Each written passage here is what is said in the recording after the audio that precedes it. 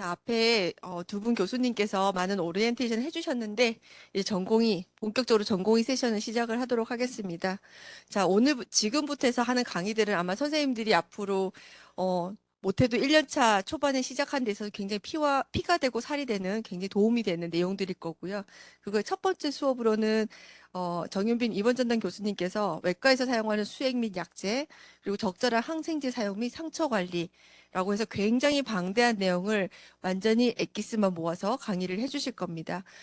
박수로 청해 주시기 바랍니다. 아, 네, 안녕하세요. 저는 외과의 입원 전담 교수로 있는 정윤빈이라고 합니다. 어, 네, 강의가 내용이 한 20시간도 할 수 있는 내용인데, 1시간도 짧지만 또 길거든요. 그래서 뭐 구체적인 내용을 다 여기서 배워가시기는 조금 어려울 것 같고요. 제가 오늘 전달드리고 싶은 내용은 이제 선생님들이 들어오셔서 어, 한 해 동안 또는 뭐 3년 동안 이런 내용들을 이제 공부를 어떤 식으로 해야 되겠다라는 거를 조금이라도 좀 감을 잡으실 수 있었으면 좋겠다는 생각입니다. 지금 다 저희 1년차 선생님들이시죠? 네. 일단은 뭐 저희 교실에 이제 일원이 되신 거를 축하드리고 뭐 이 선택을 하지 않을 세 번의 기회 정도가 있었을 텐데 이제 그 기회를 다 무사히 통과하고 교실의 일원이 되신 거를 정말 환영합니다. 오늘 저희 말씀드릴 내용은 저희가 외과에서 쓰는 약물, 수액, 항생제, 상처이고, 어, 사실 이제 지금보다 한 6개월에서 1년 정도 뒤에 내용을 들으면 더 좀 와닿을 텐데, 그래도 조금 외과에 시작하는 입장에서 어느 정도 조금 감을 잡았으면 좋겠다라는 생각에서 이제 강의를 준비를 했고요. 뭐, 너무 이렇게 자세하게 이해하려고 하면 스트레스 받으니까 그냥 좀 저런 게 있구나. 들어가서 저런 걸 열심히 공부를 해야 되겠다. 이런 정도로 들으시면 좋을 것 같습니다. 어, 요새 이제 환자의 어떤 경험을 저희가 서지컬 그 페이션트 전이라는 단어로 표현을 하는데 외과 환자의 이제 페이션트 전이를 보면 대체로 이제 외래에서 일어나는 일이고 뭐 진단, 프리오베 리스크 어세스먼트를 하고 이제 저희 집도의 교수님들 수술을 하시고 또 수술 중에 뭐 마취과와 협업해서 이제 인트라 매니지를 하고요. 사실 이제 요 외과라고 하면 선생님들이 갖고 있는 이미지는 이 수술에 한정된 이미지들을 주로 이제 갖고 있겠지만 사실 이제 수술 전후 과정의 페리오퍼레이티브의 매니지먼트들이 굉장히 또 중요한 어떤 포션을 차지를 하고 있습니다.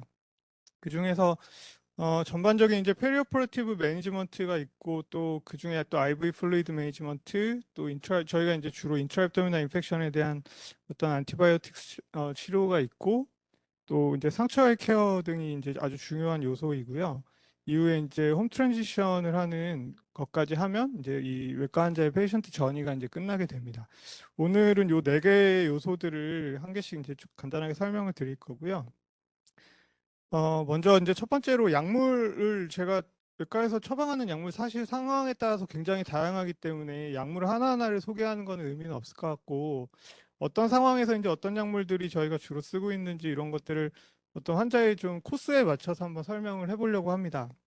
먼저 이제 이라스라는 거를 조금 소개를 드리고 싶은데요. 그 이라스라는 게 이제 90년대 후반에 사실 패스트트랙 서저리라는 개념에서 이제 출발을 했습니다. 저는 처음에 이게 뭐 환자를 빨리 퇴원을 시키는 건가 아니면 이게 무슨 GI 트랙이라서 빨리 먹이는 건가 이제 이런 식으로 생각을 했는데 그런 게 아니고 환자 이제 정상적인 그 과정으로 수술 후의 과정이 흘러간다고 하면은 대체로 이제 비슷한 경과들을 밟기 때문에 어떤 그 과정에서 이제 에비던스에 입각한 좀 페이션트 매니지먼트를 옵티미제이션 하는 과정이라고 생각을 하시면 되겠습니다. 이런 이제 패스트트랙 서저리의 개념이 조금 더 발전을 해서 2000년대 중반에 들어오면서 이제 이너스드 리커버리 애프터 서저리라고 해서 이제 이라스라는 개념으로 발전이 됐고요. 그 환자를 빨리 퇴원시키는 게 이제 목적이 아니라 환자 어떤 회복의 퀄리티를 이제 높이고 어떤 그 과정에서 에비던스에 근거한 치료를 제공하는 것들이 이제 이 이라스의 목적입니다. 뭐 굉장히 많은 질환들에 대해서 이제 이라스 소사이어티에서 어, 가이드라인들을 이제 제시를 하고 있고 뭐 이라스의 효과는 이제 모탈리티라든지 컴플리케이션이라든지 뭐 재원일수라든지 이런 것들에서 전부 다 페이버한 결과들을 이미 보고를 하고 있기 때문에 사실 저희가 이제 수술 이후에 환자에게 어떤 치료를 제공하는 것들이 알게 모르게 이라스에서 채택하고 있는 여러 가지 에비던스적인 요소들을 다 함께 갖추고 이미 갖추고 있습니다. 제가 이제 이런 내용에 관심을 갖게 됐던 이유 중에 하나는 레지던트 때 이제 가장 이해가 되지 않았던 게 같은 병실에 같은 수술 진단명으로 같은 수술을 받은 환자들이 수술 이후에 굉장히 주치의에 따라서 매니지가 좀 다르다는 게 좀 의아한 점들이 있었습니다. 이게 어, 어떤 게 정답일까라는 고민도 많이 하게 됐고요. 또 어떤 게 더 좋은 매니지인지, 어떤 게 또 더 경험이 많이 쌓여 있는 매니지인지 이런 것들에 대해서 궁금하기도 했고, 그럼 제가 이제 나중에 주치의가 되면 환자에게 어떤 매니지를 제공할까라는 고민들도 많이 하게 됐는데, 물론 이제 어떤 주치의별의 경험과 프리퍼런스를 당연히 존중하고 또 그거에 맞춰서 환자를 매니지했던 기억이 나지만 또 한편으로는 분명히 어떤 최신의 에비던스에 의한 제일 좋은 치료가 있을 것 같다라는 생각을 했었거든요. 그래서 이제 이라스의 컴포넌트들을 봤더니 프리옵에 이제 뭐 페이션트 카운셀링이라든지 프리옵 옵티미제이션이라든지 뭐 바울 프랩 수술 전에 금식하는 것들 뭐 그 비너스 트롬보 엠볼리즘 프로필락시스라든지 굉장히 이제 여러 요소들을 프리옵에 저희가 매니지를 했어야만 됐었고 포스트옵에 이제 역시 더 중요하게끔 뭐 프리드 매니지먼트, 뉴트리셔널 서포트 뭐 등등등등 이렇게 각각의 항목들이 있었습니다. 요 내용을 제가 이제 2년차 말쯤에 접하게 돼서 공부를 하게 됐더니 저희가 하고 있는 그 이제 오더라는 것들이 전부 이런 각각의 인덱스에서 이제 근거를 하더라고요. 그래서 그러면 각각의 이제 내용들에 대해서 에비던스를 조금 더 찾아보면 좋겠다라는 생각들을 하게 됐었습니다. 실제 이제 근무를 목요일부터 하게 되나요? 다음 주인가요? 내일 정직이. 내일 이제 병원에 오시면 EMI 로그인을 딱 해보면 할 수 있는 게 아무것도 없습니다. 뭐 타이레놀만 처방하던 인턴이었는데 갑자기 막 병동에서 콜이 오고 이제 오더를 내야 되는데 이럴 때 이제 제일 의존하게 되는 게 처음에 세트 오더입니다. 그래서 세트 오더를 딱 열어보면 막 알 수 없는 오더들이 막 있는데 일단 그냥 전체 선택해서 딱 처방을 누르면 뭔가 이렇게 마음이 편해집니다. 이제 그런 식으로 몇 달을 이렇게 지내다 보면 어느 순간 내가 내는 오더에 어떤 의미들이 담겨 있는지를 이제 조금 찾기 시작하는데요. 이 세트 오더에 있는 각각의 내용들이 사실은 앞에서 보여드린 이라스의 여러 가지 항목들에 다 각각 연계가 돼 있는 내용들이 이제 종합적으로 합쳐져서 세트 오더를 구성을 하고 있다. 이렇게 이제 생각하는 그 컨셉이 되게 중요한 것 같습니다. 예를 들면 뭐 저희가 이렇게 파란색으로 표시된 클렉산이 이제 처방이 있고 뭐 수술 12시간 전에 한번 주세요라고 하는 것들이 실제로 이라스 컴포넌트에서는 VT 프로필락시스라는 이제 항목으로 구성이 돼 있고 또 뭐 수술 전에 야마테탄이라는 안티바이오틱스가 이제 처방이 있는 것들은 뭐 서지컬 사이트 인펙션의 프로필락시스에 해당을 하더라. 이제 이런 식으로 오더들이 합쳐져 있다고 보시면 될 것 같아요. 뭐 수술 당일 오더도 마찬가지고 뭐 첫날, 셋째 날 오더들도 다 비슷한 이제 형태로 구성이 되어 있습니다. 어, 제가 이게 왜 이 오더랑 연관을 짓고 싶었냐면 1년차 한 3, 4월 정도 됐는데 이제 병동에 앉아서 처방을 내고 있는데 옆에 갑자기 흉부외과 4년차가 오더니 세트 오더를 안 쓰고 혼자 막 타타타타닥 해가지고 오더를 내는데 그게 너무 멋있는 거예요. 저 사람은 어떻게 저렇게 세트 오더도 없이 처방을 낼 수가 있지? 라고 생각을 했는데 저는 세트 오더가 없다고 생각하니까 그 순간부터 이 환자를 매니지를 전혀 못하겠다라는 생각을 하게 됐습니다. 그래서 어떻게 하면 저 사람은 되게 세트 오더 없이 암기를 잘하는구나 라고 처음에 생각을 했는데 그게 이제 오더를 뭐 너무 오래 해서 외웠다기보다는 환자가 어떤 수술 이후에 회복하는 과정에서 필요한 요소들을 다 머릿속에 갖고 있었기 때문에 그런 것들이 가능하지 않았을까 이렇게 생각이 됩니다. 어, 처음에 이제 첫 번째 항목부터 뭐 가볍게 시작을 해보면 물론 이제 외래에서 일어나는 일이지만 저희가 이제 수술 전에 뭐 페이션트 카운슬링이 굉장히 중요하다라고 알려져 있고 이런 것들이 이제 마취나 수술에 관련한 엔자이티나 그에 따른 이제 통증들을 조금 경감할 수 있겠다 이제 에비던스들이 있습니다. 그래서 수술 전에 이제 외래 쪽에서 여러 가지 이제 그 교육이나 안내 등을 저희가 하고 있고요. 또 프리 옵티미제이션이 이제 그 여러분들이 인터넷 때 지겹게 챙기던 오퍼러빌리티라고 생각을 하시면 됩니다. 환자들이 뭐 갖고 있는 어떤 여러 가지 이제 프리옵의 메디컬 컨디션이라든지 여러 가지 이제 리스크들을 종합해서 이 환자가 수술을 받는데 지장이 없을지, 수술하고 나서 회복을 하는데 지장이 없을지라고 이제 이런 것들을 판단해서 미리 사전에 조정을 하는 것들이고요. 저도 이제 인턴 때 오퍼러빌리티 마치 수술방 입장권 정도로 생각을 했는데 그런 개념이 아니더라고요. 이 수술방에 들어가기 위한 어떤 마취과의 허가라기보다는 이 환자가 수술 전후에 어떤 리스크를 갖고 있고 우리가 어떤 것들을 사전에 대비하고 포스트업 매니지에 참고를 해야 되는가 이런 내용들로 생각을 해주시면 좋을 것 같습니다. 그게 정말 이해가 안 됐어요. 수술방 입장권을 마취과가 챙기지 왜 외과한테 챙기라고 하지? 이런 생각들을 되게 많이 했는데 이런 생각을 벗어나서 이제 이라스에 적용을 해보고 나니 저희가 챙기는 게 맞구나라는 생각을 하게 됐습니다.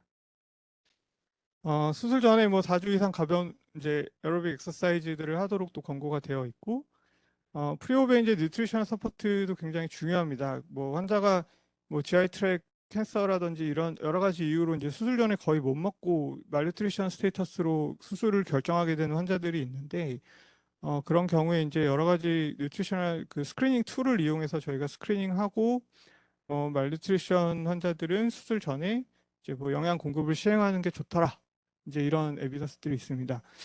뭐 이거를 어떻게 영양 공급을 할 것인가 이거는 이제 들어와서 배울 문제지만 예를 들면 이게 그냥 이렇게 보면은 무슨 내용인지 잘 모르겠지만은 당장 딱 목요일 날 평일에 이제 출근을 했더니 내과에서 협진이 나갔고 뭐, 뭐 이러이러한데 수술을 해주십사 이렇게 협진이 나서 교수님한테 노티를 해야 되는데 환자가 엄청난 말뉴트리션 스테이터스에 있는데 교수님은 가서 그거를 직접 보지 않으셨기 때문에 내일 하자 그러시면 이제 이런 것들이 포스트옵에 굉장한 영향을 줄 수 있거든요. 그래서 1년차 때는 최소한 그 정도는 확인을 해서 뭐 뉴트리션 스테이터스가 굉장히 안 좋으니 조금 더 뉴트리션 서포트를 하고 수술을 진행하는 게 좋겠습니다. 정도의 의견을 내면 아주 엑설런트한 이제 레지던트라고 생각을 할 수가 있겠습니다. 어,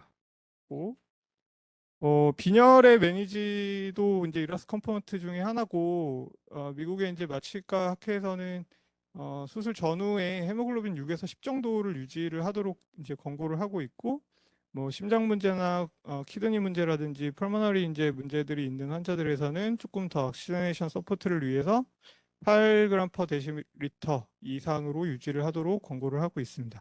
이거 이제 수술 이후에 막 갑자기 블리딩 생기고 이런 환자들 대상은 아니고요. 여러 가지 이제 크로닉 컨디션으로 인해서 아네미아가 있는 환자들에서 이 정도 타겟을 유지를 하면 되겠다라고 생각을 하시면 좋습니다. 당장 또 역시 목요일 아침에 딱 환자 전날 이제 어제까지 1년 차가 내놓은 랩이 월요일 출근하고 나서 딱 까봤는데 헤모글로빈이 갑자기 떨어져 있단 말이죠. 이게 수혈을 할 건지 말 건지 굉장히 애매합니다. 그래서 이런 타겟들을 알고 계시면 좋을 것 같아요. 포스트옵의 환자들이 또 굉장히 이렇게 막 노지아가 심한 환자들이 있습니다. 뭐 여러 가지 이유들이 있는데 뭐 GI 트랙에 이제 모틸리티가 좋지 않아서 그런 경우들도 있고 뭐 저희가 이제 쓰는 흔한 오피오이드라든지 이런 이제 페인 컨트롤 때문에 그런 경우도 있고요.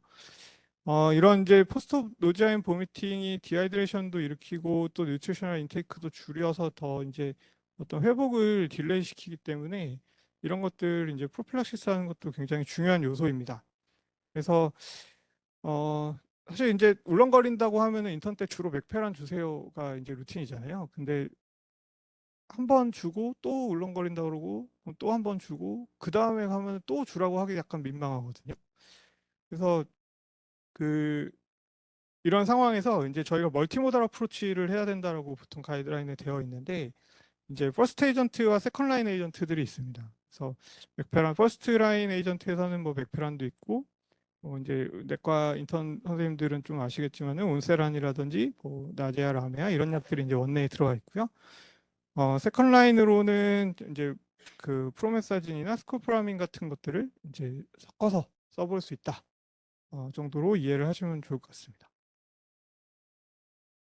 프리아네스테틱 메디케이션은 페리오퍼레티브 메디신이라고 해서 약간 또 이제 환자들이 거의 요새 고령이 많기 때문에 그냥 깨끗한 상태로 오지 않고 이미 수술하러 왔을 때 약을 한 봉지 막 이렇게 한 움큼씩 들고 오거든요. 그러면은 수술 당일날 아침에 이제 간호사들이 주로 익셉트 메디케이션을 컨펌 해달라는 이제 전화들을 많이 하는데 또는 뭐 메모를 남기기도 하는데 요게 이제 무슨 의미냐면은 수술 환자가 먹고 있는 약 중에 수술 아침에 어떤 약을 먹고 갈 거냐 또는 뭐 MPO 중인데 어떤 약은 먹일 거고 어떤 약은 안 먹을 거냐 이런 것들을 저희가 이제 프리아네스테틱 메디케이션이라는 요소로 설명을 합니다.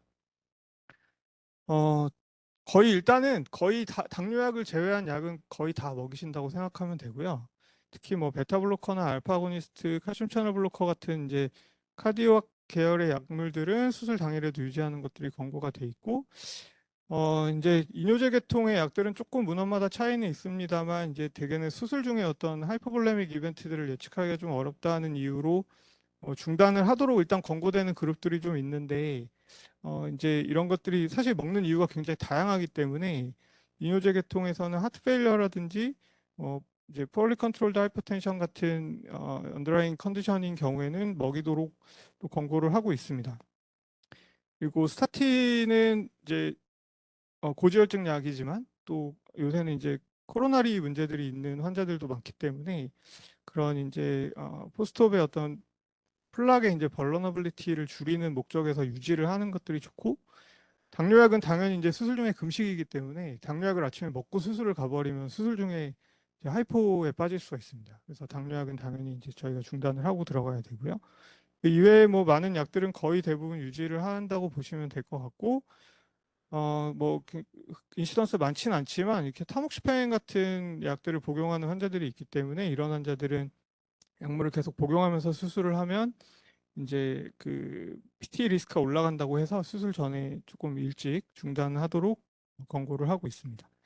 아스피린, 뭐 플라빅스 이런 이제 안티코아뷸런트들이 조금 애매할 수 있는데 먹으면 왠지 수술 중에 피날 것 같고 또 안 먹자니 그런 언더라인 컨디션들에 좀 영향을 줄 것 같고 이래서 사실은 뭐 요즘은 저희가 직접 판단하지는 않고 수술 전에 이제 대부분 카디올로지에서 이제 또는 뭐 뉴럴로지에서 그런 컨설팅을 이제 미리 하고 오기 때문에 뭐 일단은 수술 당일 아침에 먹일 거냐 안 먹일 거냐 정도는 1년차 선생님들은 그런 협진의 어떤 회신을 좀 참조를 하시는 게 좋을 것 같습니다.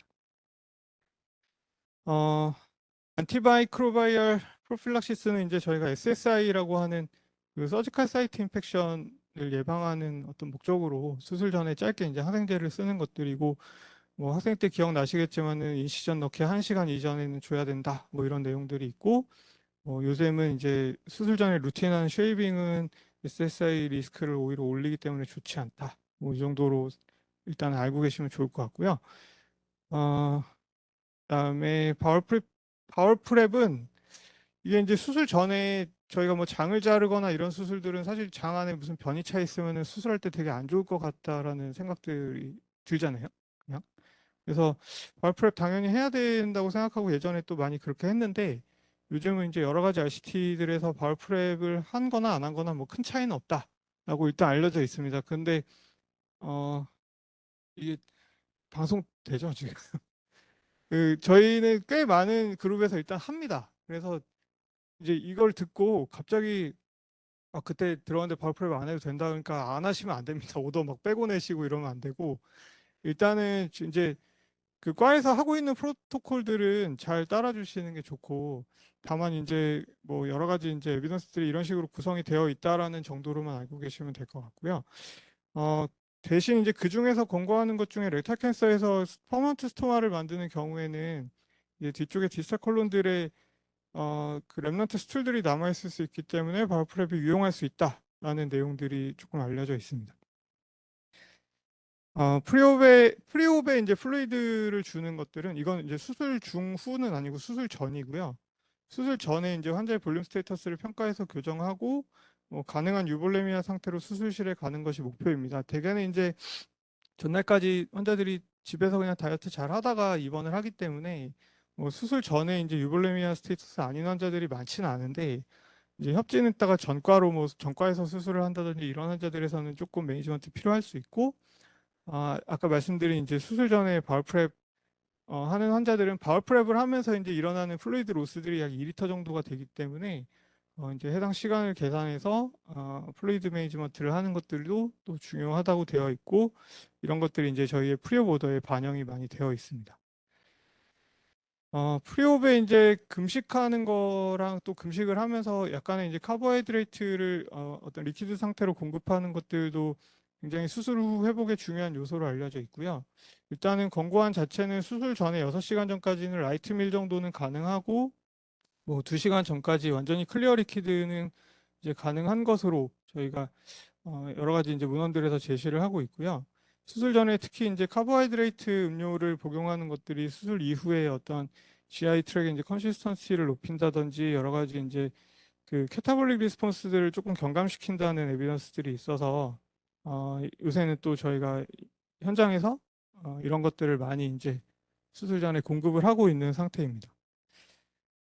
또 수술 이후에 이제 그 해모박, 여러분 제일 싫어하는 그 해모박 무징 해모박이 이제 저희 페리토니아 캐비티에서 드레이지 하는 프로시저로 보통 생각을 하는데, 뭐 가급적이면 안 넣는 게 좋고 뭐 할 수 있으면 일찍 제거하는 게 좋다라는 이제 에비던스들이 있고요. 그다음에 예전에 이제 수술할 때 L튜브를 많이 넣었었는데, 이게 이제 뭐 포스트옵의 어떤 일레스도 좀 줄이고 수술 직후에 막 리플럭스 돼서 에스피레이션 되고 이런 리스크도 조금 줄인다고 저희가 이제 생각은 해왔습니다만, 실제로는 L튜브를 오랫동안 유지하는 게 뭐 파린자이티스라든지 오히려 또 아스피레이션 이벤트를 유발할 수 있어서 L튜브는 가급적 넣지 않거나 넣더라도 빨리 제거하는 게 좋다. 이제 이런 내용들이 있습니다. 어, 수술 이후에 통증 조절도 굉장히 중요하고요.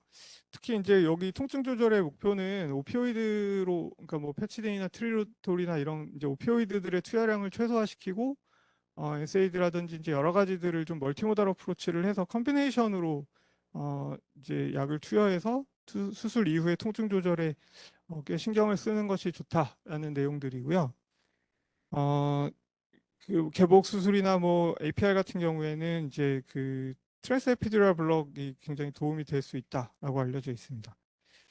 저희는 요새 이제 미니멀 인베이시브 서저리, 그러니까 라파로스코피나 로봇 같은 수술들이 많기 때문에 이런 경우에는 이제 예전과 달리 뭐 그렇게 에피듀랄 블락을 많이 하는 편은 아니라고 알고 계시면 될 것 같고, 그다음에 이제 수술 이후에 어떤 뭐, 환자가 이제 엠블레이션이나 이런 것들 잘 못하기 때문에 이 비너스 이제 스롬보 엠볼리즘이 생길 리스크들이 굉장히 올라갑니다. 그래서 DVT를 프로필락시스 하는 것들이 굉장히 중요한데, 에비던스 상에서 이제 기본적인 원칙은 저희가 이제 SCD라고 하는 그 또는 뭐 컴프레션 스타킹 같은 메카니컬 스롬보 필로필락시스들을 해주는 것들을 기본으로 해서 이제 로우 몰레큘러 웨이트 헤파린을 주는 그 어떤 약물로 하는 프로필락시스들이 같이 컨비네이션 되는 것들이 가장 효과가 좋다고 돼 있습니다. 그리고 물론 이제 국내 한국의 데이터는 DVT 리스크 0.4% 정도로 일단은 인시던스를 보고 있고, 해외에서는 이제 뭐 미국 기준으로 한 1.54% 정도로 일단 나오고 있어서 양쪽의 인시던스 좀 차이가 있기는 한데요. 그래서 이제 미국에서는 막 28일 동안 저렇게 로몰레큘러 헤파린을 맞는 게 제일 좋다, 뭐 이렇게 얘기는 하는데, 저희는 실제적으로는 집에 가서 환자가 스스로 헤파린을 맞는 거는 조금 더 어렵다고 보기 때문에 뭐 이번 중에 이런 프로필락시스만 조금 시행하고 있는 그런 세트 오더가 이제 여러 군데에서 이제 구성이 되어 있습니다. 또 포스트옵에 이제 스트레스 얼서가 생길 수 있기 때문에 저희가 이제 뭐 PPI라든지 H2 블로커라든지 이런 이제 약들을 투여를 하고, 특히 이제 고위험군 환자들에서는, 그러니까 고위험군은 이제 뭐 sepsis라든지 뭐 메카니컬 벤틸레이션을 이틀 이상 했다든지 뭐 스테로이드를 쓴다든지 이제 여러 이런 하이 리스크 환자에서 스트레스 얼서 프로필락시스를 반드시 시행을 꼭 하도록 되어 있습니다. 그다음에 포스트 플루이드 세라피는 제가 그 다음 강의에서 한번 다시 설명드리고요.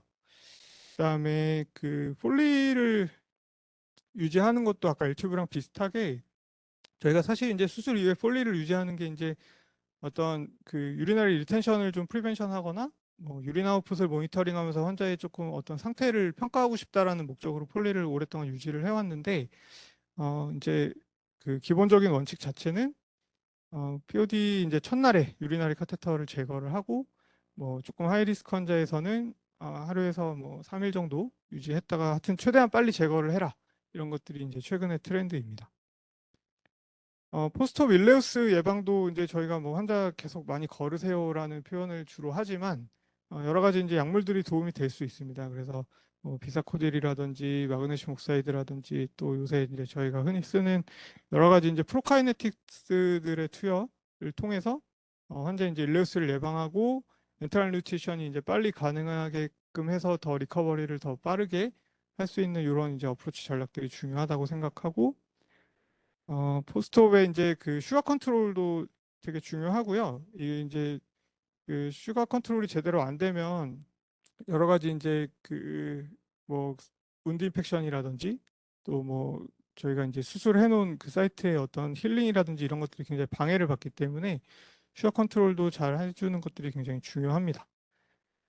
포스트옵의 뉴트리셔널 서포트도 굉장히 중요한데 이제 일단은 원칙은 엔테랄 뉴트리션을 가장 빨리 그러니까 입으로 먹이는 것들이 가장 빨리 이루어지는 게 좋다라는 게 이제 잘 알려져 있고 그렇지 이제 못한 환자들도 있거든요. 그래서 대개는 이제 kg당 뭐 30에서 35kcal 정도의 어떤 칼로리를 서포트하면서 프로테인을 뭐 이제 시기별로 다르지만 1.5g에서 2.5g 정도를 꼭 이제 서플라이를 해줘라 이런 것들이 이제 어, 많이 알려져 있고 아주 말뉴트리션 환자에서는 뭐 임무뉴트리션을 함께 시행하는 것도 도움이 된다라고 알려져 있습니다.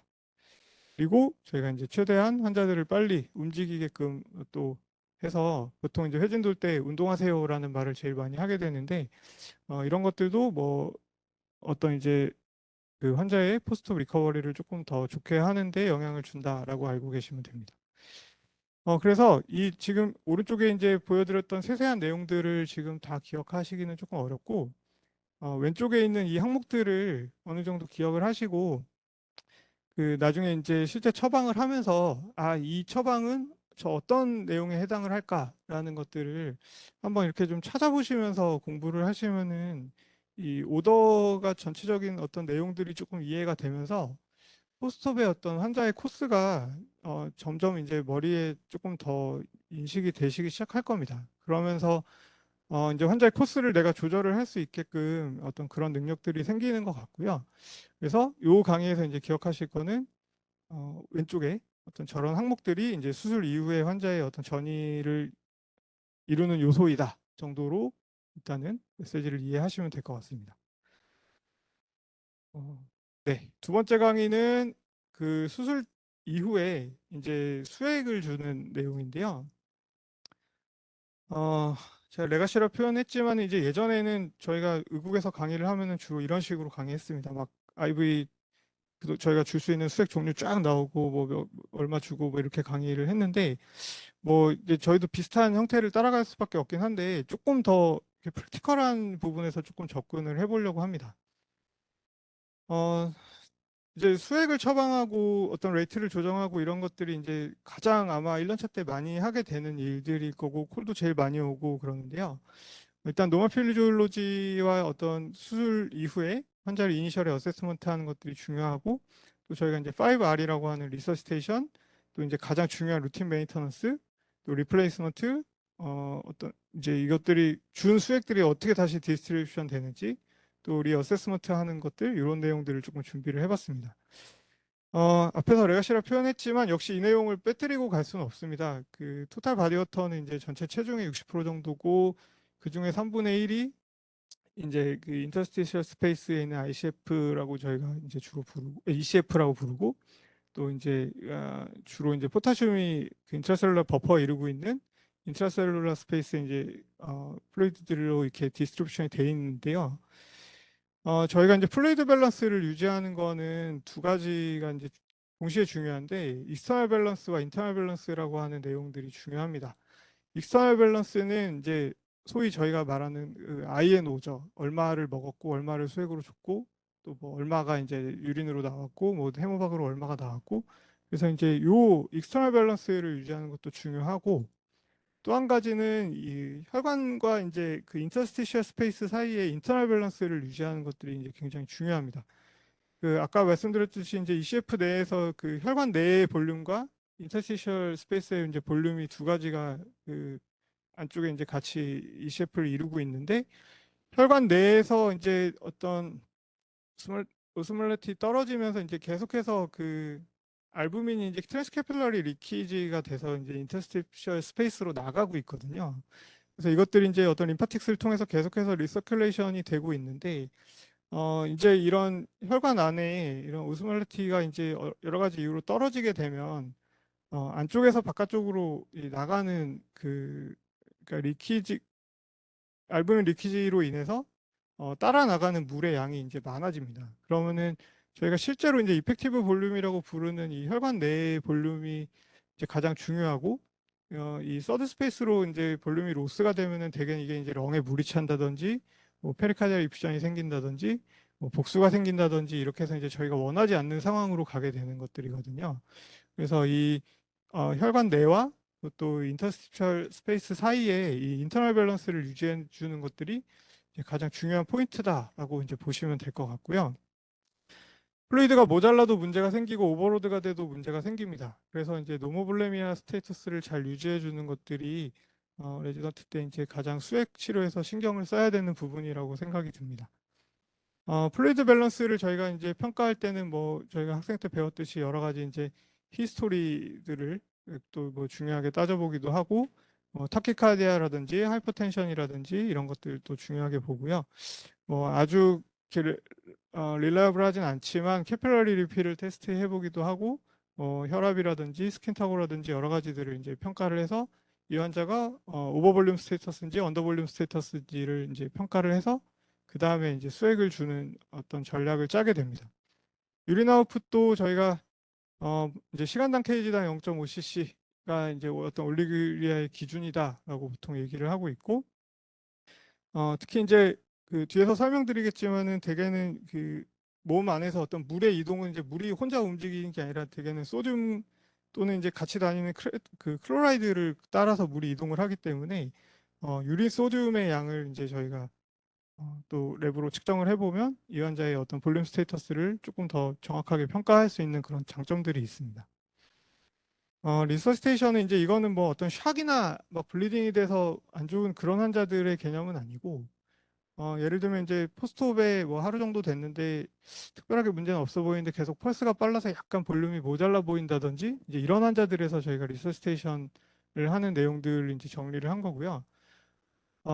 대개는 이제 저희가 밤에 환자가 약간 펄스 빨라서 뭐 또는 소변량이 적어서 언더볼륨 같다고 해서 뭐 볼륨 트라이를 하는 것들을 보면 이제 막 새벽 2시에 콜 받았는데 플루이드 레이트를 한 20cc 정도 늘려놔서 아침까지 한 200cc밖에 아니죠.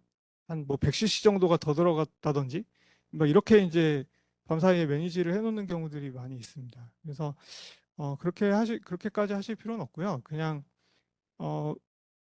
내가 이제 환자를 제대로 평가해서 이 환자의 볼륨이 모자른다고 판단이 되면 뭐 500cc 정도를 볼루스로 그냥 로딩을 해보셔도 괜찮습니다.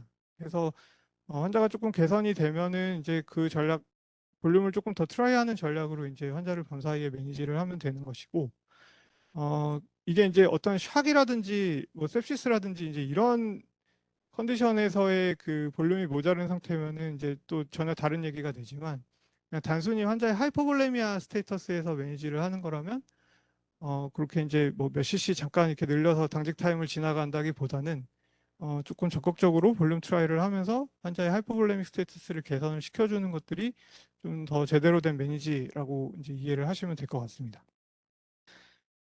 그 다음에 이제 하루 동안 그 수액을 얼마나 줄지에 대한 이제 매니지먼트인데 뭐 서비스톤 외과학 다 비슷합니다. 대개는 그 저희가 421 룰이라고 알고 있는 뭐 처음 10kg까지는 4cc per kg, 뭐 그다음 10kg까지는 2cc per kg 뭐 이런 식으로 이제 구성이 되어 있어서 60kg 환자 기준으로는 이제 보통 한 2,400cc 정도가 메인터넌스 플루이드로 필요하다고 저희가 알고 있고 뒤에서 이제 설명드리겠지만은 슈가를 이제 한 100g 정도를 꼭 포함해서 줘야 된다라는 게 이제 아주 중요한 내용입니다. 그다음에 이제 소듐 포타슘 메인터넌스가 있는데요. 그 슈가를 100g 정도를 섞어줘야 되는 이유는 이제 그 환자의 수술 이후에 보통 저희가 금식을 하기 때문에 그 금식 상태가 오래되면은 당연히 이제 인슐린이 떨어지고 반대로 이제 글루카곤이 올라가면서 그 패티엑시드의 이제 라이폴라이시스가 증가를 할 수밖에 없습니다. 그렇게 되면서 이제 어떤 이제 에너지 공급을 위해서 그 크랩 사이클이라고 하는 이제 기억나실지 모르겠지만 크랩 사이클로 이제 들어가면서 이 아세토아세테이트 이게 이제 케톤이죠. 케톤이 이제 생성돼서 몸에 축적되면서 저희가 스타베이션 케토엑시도시스라고 하는 현상이 이제 발생을 할 수가 있거든요. 그래서 포스트옵에 슈가 어느 정도 양의 슈가를 덱스트로스를 꼭 공급을 해서 이런 케토엑시도시스를 방지하는 것들이 메인터넌스 플루이드에서 외과 환자의 메인터넌스 플루이드에서 굉장히 중요한 요소라고 할 수가 있겠습니다. 다음에 그 굉장히 많은 수액의 종류들이 있는데 뭐 이제 노멀 플라즈마의 조성은 이제 위에 뭐 소듐이 약 140 정도 되고 이런 식으로 이제 되어 있고 저희가 이제 0.9% 노멀 셀라인은 소듐이 154, 클로라이드 154 이렇게 섞여 있고 요새 이제 플라즈마 라이트라고 하는 저희가 이제 사람의 어떤 플라즈마에 가장 가까운 플라즈마 병원에서 이제 플라즈마 솔루션이라는 어떤 처방명으로 되어 있기는 한데요. 또 이런 이제 플루이드들을 최근에는 이제 많이 쓰고 있습니다. 그래서 이제 뭐 서비스톤이나 외과학에서 물론 외과학에서 뭐 덱스트로스 기술은 없지만은 이거 이제 당연히 반드시 필요한 요소이고 이제 가장 많이 선생님들이 보실 교과서에서 권고하는 정도의 그런 플루이드 메인터넌스를 저희가 이제 포스트옵에 이제 구성을 해놓은 것들이 뭐 대체로 아래에 이제 제일 많이 주는 플루이드다라고 생각을 하시면 될 것 같고요. 메인터넌스에서 가장 중요한 게 이제 앞에서 말씀드렸듯이 물을 저희가 환자의 볼륨을 유지를 하는 게 가장 중요한데 볼륨을 구성할 때 어, 볼륨을 조절하려면 물을 갖고 조절을 하면 안 되고 소듐을 갖고 조정을 해야 됩니다. 왜냐하면 이게 이제 몸에서 여러 가지 이제 그 물의 이동이 삼투압에 따라서 이동을 하기 때문에 이 삼투압에서 그러니까 실험의 오스몰라리티를 결정하는 그 가장 중요한 어떤 아이온은 소듐이거든요. 그래서 소듐의 양을 가지고 물의 양을 조절하겠다라는 그 컨셉을 저는 이 강의에서 그것만 얻어가셔도 굉장히 충분할 거라고 생각합니다. 이게 이제 왜 그러냐면 조금 복잡한 얘기지만 이제 키드니에서 그 물을 가지고 직접 조절을 하는 게 아니라 이제 키드니로 블러드 플로우가 들어갔다가 이제 소변을 만들고 블러드 플로우가 빠져나오게 되는데 이걸 조금 더 자세하게 보면은 이 글로메룰러스를 기준으로 해서 이제 앞쪽에서 에이프런트 아트리올에서 혈액이 이렇게 들어가서 소변을 만들고 이제 이프런트 아트리올로 빠져나오는데 그렇게 해서 이제 만들어진 소변이 이제 이렇게 모여서 이 적스타글로메룰러 아파라투스라고 하는 이제 이 기관에서 마큘라 덴사 셀이라고 하는 셀에서 이 소듐을 센싱합니다. 이제 엄밀히 말하면 이제 클로라이드를 센싱을 하는 거긴 한데 어차피 두 개는 이제 같이 다닌다고 저희가 보니까요. 그 몸에 이제 소듐이 굉장히 많으면 이쪽으로 이제 들어오는 그 나가는 이제 소듐과 클로라이드의 양도 많아지겠죠. 그러면은 여기서 이제 그걸 센싱해서 이거 클로라이드 너무 많이 빠져나가니까 못 나가게 해야겠다라고 하는 이제 튜블러 글로메룰러 피드백이 액티베이션 됩니다. 그러면은 못 나가게 하려면 소변을 안 만들어야 되니까 에이프런트 아트리를 수축시켜 갖고 GFR을 줄여버리거든요. 그러면은 몸에서 소변이 안 만들어지면서 더 이제 몸에 물이 쌓이는 형태가 됩니다. 그러니까 소듐을 너무 많이 주면 몸에서 계속 물이 더 차는 그런 효과를 발생시킬 수가 있기 때문에 어, 그냥 단순히 어떤 내가 물을 많이 줬다 적게 줬다의 문제로 환자에서 어떤 이벤트가 발생한다기보다는 소듐 컨트롤이 굉장히 일반적인 메인터넌스에서는 중요한 요소라고 생각을 하시면 될 것 같습니다. 특히 이제 수술 환자는 조금 또 내과 환자랑 다르게 포스트옵에 이제 서지컬 스트레스로 인한 올리고릭 페이지가 있습니다. 그래서 서지컬 스트레스가 이제 증가하면은 카테코라민 릴리즈가 증가하고 거기서 이제 레닌, 엔지오텐신, 알도스테론 시스템 액티베이션 되면서 여러 가지 이제 그 소변이 안 나오게 하는 그 몸에서의 피지올로지가 작동을 하게 되거든요. 그러면서 이제 소듐이랑 워터가 계속 리텐션 되고 소변이 적고 환자는 붓고 이게 이제 어떤 비셔스 사이클로 빠지게 됩니다. 근데 여기서 뭐 노멀 셀라인을 막 때려 부어서 소변이 안 나오니까 계속 준다. 이렇게 하면은 저희가 이제 더 몸에 소듐을 막 로딩을 하면서 불난집에 불을 기름을 끼얹는 꼴이 되기 때문에 이런 것들을 이제 잘 조절을 하려면 수술 환자의 어떤 피지올로지를 잘 이해하는 것도 중요하다고 생각이 듭니다. 그래서 이제 그 뭐 이런 연구 굉장히 많은데요. 그냥 2019년에 또 이런 트라이얼들이 있었습니다. 그 포스트옵의 메인테넌스 플루이드를 이제 노멀 셀라인이랑 또 조금 더 하이퍼토닉한 그 소듐이 53m몰 정도만 섞여 있는 플루이드로 이제 RCT를 해봤더니 소듐을 적게 준 그룹에서 수술 후 3일째까지 들어갔던 어떤 메인테넌스에 필요했던 플루이드 양이 더 적었더라. 그래서 뭐 환자의 예후가 더 좋았더라. 이런 이제 트라이얼들이 있었고요. 어, 네, 요거는 이제 앞에서 말씀드렸던 환자의 체액에 더 조성에 가까운 플라즈마 솔루션 A라는 수액을 저희가 이제 요새는 많이 쓰고 있다. 그런 이제 그런 내용들을 알고 계시면 될 것 같습니다. 그래서 최근에는 이제 그 영국의 나이스라고 하는 그 이제 센터에서 가이드라인으로 제시하는 뭐 다른 연구자들도 다 비슷한 이제 경향을 따라갑니다만 이제 그 메인터넌스 플루이드를 많이 줄 필요는 없다라는 게 이제 트렌드라고 생각을 하시면 될 것 같고요. 대개는 이제 노말 환자에서는 kg당 30cc 정도를 주는 것들을 이제 메인터넌스로 하고 있고 역시 이제 슈가를 50에서 100g 정도를 포함시켜줘라 이런 내용들이 포함이 되어 있습니다. 다만 이제 너무 고령이거나 뭐 키드니가 안 좋다든지 하트페일러 페이션트에서는 조금 더 수행량을 줄여서 주는 것들이 환자의 예후에 더 좋더라라는 내용들이 있습니다. 그리고 외과 환자 조금 특이하게 그 막 드레인 되는 게 되게 많아요. 환자 L튜브 갖고 있어서 L튜브로 막 하루에 1리터, 2리터 나오고 무슨 뭐 스토미가 있어서 일리오스토미로 막 나온다든지 뭐 피스출라가 있어갖고 그쪽으로 체액이 계속 샌다든지 PTBD가 있다든지 이런 그 외부적인 온고잉 로스들이 굉장히 많기 때문에 일반적인 메인터넌스에 더해서 환자가 이제 그 로스되고 있는 플루이드들의 조성을 같이 이제 계산해서 그 다음날 메인터넌스 플루이드의 양을 조절하는 것. 요거가 이제 요 강의에서 두 번째 컨셉이라고 중요한 컨셉이라고 보시면 될 것 같습니다. 어, 예, 시간이 많지 않아가지고 제가 조금 덜 중요한 것들은 조금 간단하게 그냥 넘어가겠습니다. 그래서 그 서지컬 페이션트에서 이제 제 앞에서 말씀드린 내용 중에서 가장 중요한 거는 스트레스 리스폰스에 의한 어떤 피지올로지의 변화가 있기 때문에 그런 것 때문에 올리규리아가 올 수 있다라는 점들이고요. 대개는 인트라옵에 플루이드를 꽤 많이 주기 때문에 수술 이후에 환자에서 올리규리아가 있다고 하더라도 대체로는 하이포볼레믹보다는 하이퍼볼레믹 스테이터스가 더 많다라고 생각을 하시면 좋을 것 같고 일반적인 이제 루틴 메인터넌스에 더해서 저희가 이제 온고잉하는 그런 그 로스들을 잘 이제 챙겨주시는 게 좋고 수술 중에 일어나는 서드 스페이스 로스들을 꼭 이제 이해를 하고 계셔야 됩니다. 이 서드 스페이스 로스는 뭐 이렇게 수술 중에 어떤 뭐 알부민 리키지라든지 아니면 이제 뭐 이렇게 수술방 환경 내에서 이바포레이션 되는 것들이라든지 이제 여러 가지 원인이 있겠지만 대체로 이제 저희가 뭐 미니멀 인베시브 서저리라든지 메이저 오피스 서저리라든지 이러면은 시간당 케이지당 한 6에서 8 정도로 로스가 된다라고 기억을 하시면 좋을 것 같고요. 그래서 이제 이게 실제 이제 저희가 병동에서 플루이드 매니지먼트를 짜는 어떤 전략의 예시입니다. 이제 수술방에서 뭐 렉탈 캔서로 수술을 받고 병동으로 이동을 했는데 병동에서 이제 콜이 옵니다. 플루이드 어떻게 줄까요? 회복실에서 120을 달고 왔습니다.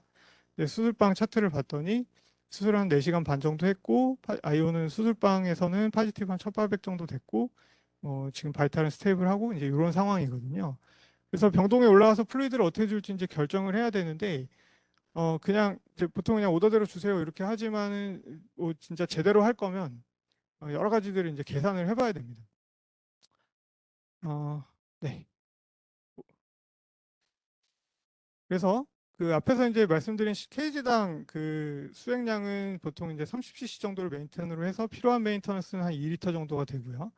그다음에 그 이제 메이저 피에 해당한다고 저희가 보고 시간당 8cc 정도 시간당 케이지당 8cc 정도가 수술 중에 이제 서드 스페이스 로스가 된다고 생각하면 한 2,300 정도가 더 추가로 이제 이 환자한테 포스트옵의 볼륨을 회복하기 위해서 필요한 정도 양이 됩니다.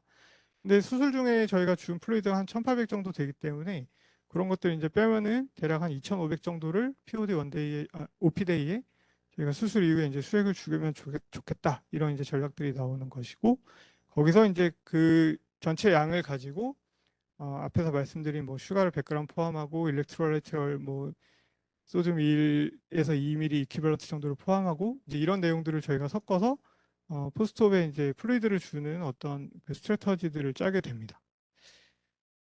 네, 그래서 요 수액 강의에서 이제 요약하고 싶은 거는 이니셜 어세스먼트를 하고 그다음에 이제 필요하다면 볼륨 스탯을 조금 더 개선시키는 리서스테이션을 하고 어떤 이제 메인테넌스를 하면서 필요하다면 이제 더 리플레이스를 하고 또 이 환자에서 준 볼륨이 어떤 뭐 렁으로 가는지 복수로 가는지 이런 리디스트리뷰션의 상황을 판단을 하고 다시 이제 최종적으로 환자를 리어세스먼트해서 매일매일 플루이드의 어떤 그 전략을 계속해서 이제 바꿔주는 것이 이제 선생님들이 앞으로 들어오셔서 하실 일이라고 생각이 됩니다.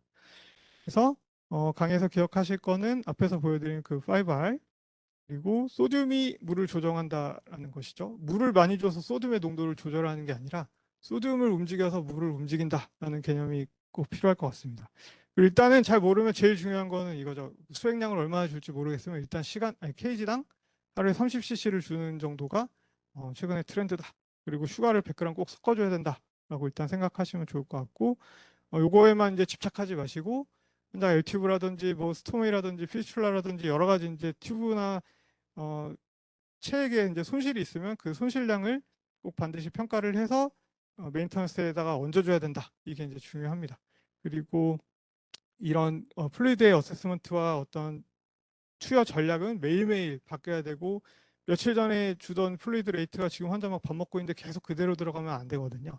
그래서 이런 것들이 이제 계속해서 신경을 써주는 게 가장 좋겠다라는 생각입니다. 그리고 제발 소듐을 꼭 적게 적게 아무리 저희가 적게 준다고 해도 계속 많이 줄 수밖에 없는데 그래도 최대한 신경 써서 적게 주는 게 꼭 기억을 해주시면 좋을 것 같습니다.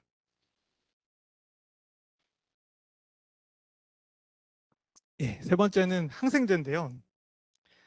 어, 항생제 진짜 어려운데 일단은 그 제가 여기서 드리고 싶은 그 메시지는 항생제를 어떻게 써라라는 것보다 저희가 포스트업에 항생제를 쓰는 그 어떤 컨셉에 대해서 조금 말씀을 드리고 싶습니다.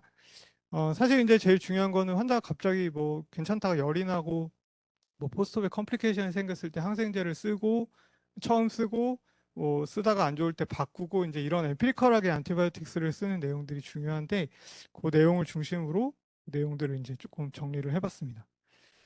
어, 제가 이제 저희 1년차 선생님들한테 주로 강의할 때그 많이 물어보는 건데 뭐 이렇게 직장암으로 수술을 하고 나서 갑자기 환자가 안 좋아져서 교수님이 아침에 회전을 돌고 나서 이 환자는 안티를 좀 써라라고 합니다. 그러면은 뭘 줄 것인가라고 이제 제가 물어보죠. 그러면은 뭐 이제 저희 1년차 아니기 때문에 제가 이제 정답을 알려드리면 대개는 이제 타조를 선택을 합니다. 근데 3일 지났는데 또 안 좋아요. 그러면 뭘 쓸까 하면은 대개는 이제 메로페넨과 테크프라닌으로 에스컬레이션을 한다라는 걸 선택을 하고 한 번은 전공의마다 좀 다르지만 뭐 휴가 신청을 선택하는 전공의도 있고 타이가실을 쓰겠다고 선택을 하는 전공의도 있습니다. 이게 이제 한 1년에서 1년 반 정도 지나서 제가 이제 선생님들 다시 만나서 물어보면 대부분 다 정답을 맞춥니다. 근데 왜 그렇게 할 거죠? 라고 물어보면 대부분 잘 대답을 못 하더라고요. 그래서 이제 그런 내용들을 프랙티스에서 일을 할 수는 있지만 내가 왜 그렇게 한다는 거를 이제 이해하고 다음 스텝으로 넘어가야 그 다음 과정으로 또 넘어갈 수가 있습니다. 그래서 이런 전공의 사이에서 이런 미스컨셉션이 분명히 있습니다. 저희가 이제 세팔로스포린의 어떤 2세대, 3세대, 4세대 이런 내용이 있는 게 저는 이런 미스컨셉션에 굉장히 많은 기여를 하는 것 같아요. 이게 세대가 올라가면 뭔가 항생제가 더 세진다는 느낌을 주거든요. 그러다 보니까 이제 처음에 세파 쓰다가 안 돼서 올리고 뭐 안 돼서 다른 항생제 쓰고 이렇게 바꾸다 보면 그 뒤에 가서 쓰는 항생제가 더 이렇게 스트렝스가 강하고 뭐 앞에서 쓰는 항생제는 별거 아니다라는 이런 느낌들을 전공의 선생님들이 받는 것 같아요. 근데 이 항생제는 제가 이제 가장 중요하게 말씀드리고 싶은 거는 스트렝스의 개념이 아니고 균을 어떤 커버하는 커버리지의 개념으로 생각을 꼭 하셔야 됩니다. 이제 인트랩도미널 인펙션의 어떤 그 종류는 저희가 이제 싱글 organ에서 이제 발생하는 언컴플리케이티드와 뭐 소소관을 넘어서는 이제 컴플리케이티드라고 분류를 하기도 하고 지역 사회에서 이제 감염된 복강내 감염이랑 이제 기관에서 감염된 헬스케어 어소시에이티드 인트라앱도미널 인펙션으로 분류를 하는데 중요한 거는 어쨌든 이제 헬스케어 어소시에이티드 인트라앱도미널 인펙션이 선생님들이 만날 거의 대부분 99.9%의 인펙션들이고 이게 중요한 이유는 여러 가지 이제 균의 레지스턴스라든지 환자의 이제 모빌리티가 많기 때문에 트리트먼트 페일러가 발생할 리스크가 이제 높기 때문에 저희가 그 하스피탈 어카이어드 인트라앱도미널 인펙션이 중요하다라고 생각을 합니다. 그래서 하스피탈 어카이어드 인트라앱도미널 인펙션의 정의는 뭐 일단은 처음에 이제 이니셜 소스 컨트롤 이후에 48시간 이상이 지났다든지 아니면 병원에 입원한 지 48시간이 지난 이후에 발생한 인펙션이라든지 뭐 이제 이런 기준들이 있기 때문에 저희가 만나게 될 이제 환자의 대부분의 인펙션들은 대개는 하스피탈 어카이어드에 해당하고 그렇기 때문에 하이 리스크에 해당한다라고는 컨셉을 갖고 계시면 좋습니다. 그 일단은 이제 복강 내 감염이 진단이 되면 뭐 sepsis로 진단이 되는 환자도 있을 것이고 조금 괜찮은 환자도 있겠지만 일단은 이제 환자 바이탈을 먼저 스테이블하게 만드는 작업들을 하게 되고요. 그다음에 뭐 그 인터벤션이나 리옵을 한다든지 이런 이제 소스 컨트롤 과정이 반드시 이제 계획이 돼야 되고 또 뭐 풀컬처라고 하는 이제 마이크로바이올로직 스터디를 하게 됩니다. 그리고 나서 이제 제일 중요한 게 이 환자한테 항생제를 주는 건데 이거를 처음에는 어떤 균이 컬처 결과가 없기 때문에 저희가 그래서 경험적 항생제라고 이제 하는 것들이거든요. 그래서 이제 엠피리컬 안티바이오틱스를 선택을 해서 환자를 주면서 좋아지면 항생제를 빨리 끊고 나빠지면 이제 그 다음 또 스텝으로 넘어가는 이제 이런 매니지를 이제 앞으로 3년 내내 하시게 될 겁니다. 저 이제 엠피리컬 안티를 결정을 할 때 중요한 거는 그럼 이 환자가 어떤 균에 의해서 지금 감염이 있을까를 예상을 해야 제가 경험적 항생제를 줄 거 아니에요. 그래서 인트라앱도미널 셉시스에서 이제 그 박테리올로지를 보면은 뭐 에어로빅스 그러니까 호기균만 동정되는 경우도 거의 없고 섬기균만 동정되는 경우도 거의 없습니다. 그러니까 에어로빅스랑 어네로빅스를 동시에 커버를 해야 된다라는 게 일단은 제일 중요한 거고 에어로빅 이제 그람 네거티브 박테리아 체에서는 뭐 이콜라이라든지 클랩셰르라든지 또 하스피탈 어카이드 이제 인펙션에서는 뭐 슈도모나스라든지 다양한 균들이 있기 때문에 이런 것들 균을 커버를 해주면 아 내가 이제 에어로빅 그람 네거티브는 커버를 하겠다라는 생각을 하게 되는 것이고 아네로빅스도 뭐 박테로이디스 프라질리스가 이제 주로 나오는 균인데 이런 것들 이제 커버를 하겠다. 뭐 그람 파지티브에서도 중요한 건 이제 엔테로코커스라든지 이런 것들 이제 커버를 해주는 게 중요하다라는 컨셉을 이제 갖는 겁니다. 그래서 그 하스피탈 어카이드 인펙션에서 중요한 그 안티를 경험적 항생제 안티를 고를 때 중요한 거는 요 세 가지 종류의 그 균종을 이제 동시에 커버를 할 수 있는 그 항생제를 선택하는 것이 일단 저희한테 엠피리컬하게 선택하기에는 가장 중요하다라는 것들이고요. 이게 이제 그 항생제 그 제가 앞에서 스트렝스가 아니라 커버리지라고 말씀드렸던 이유가 여기에 있습니다. 이제 보시면 앞에서 말씀드린 그 세 가지 타입의 균들, 그럼 파지티브 콕사이, 네가티브 이제 로드, 뭐 혐기균 이렇게 세 가지가 있는데 이 세 가지를 어느 정도 동시에 커버를 해줄 수 있는 항생제가 특정 균이 동정되지 않았을 때 엠피리컬하게 선택할 수 있는 가장 좋은 항생제라는 것이죠.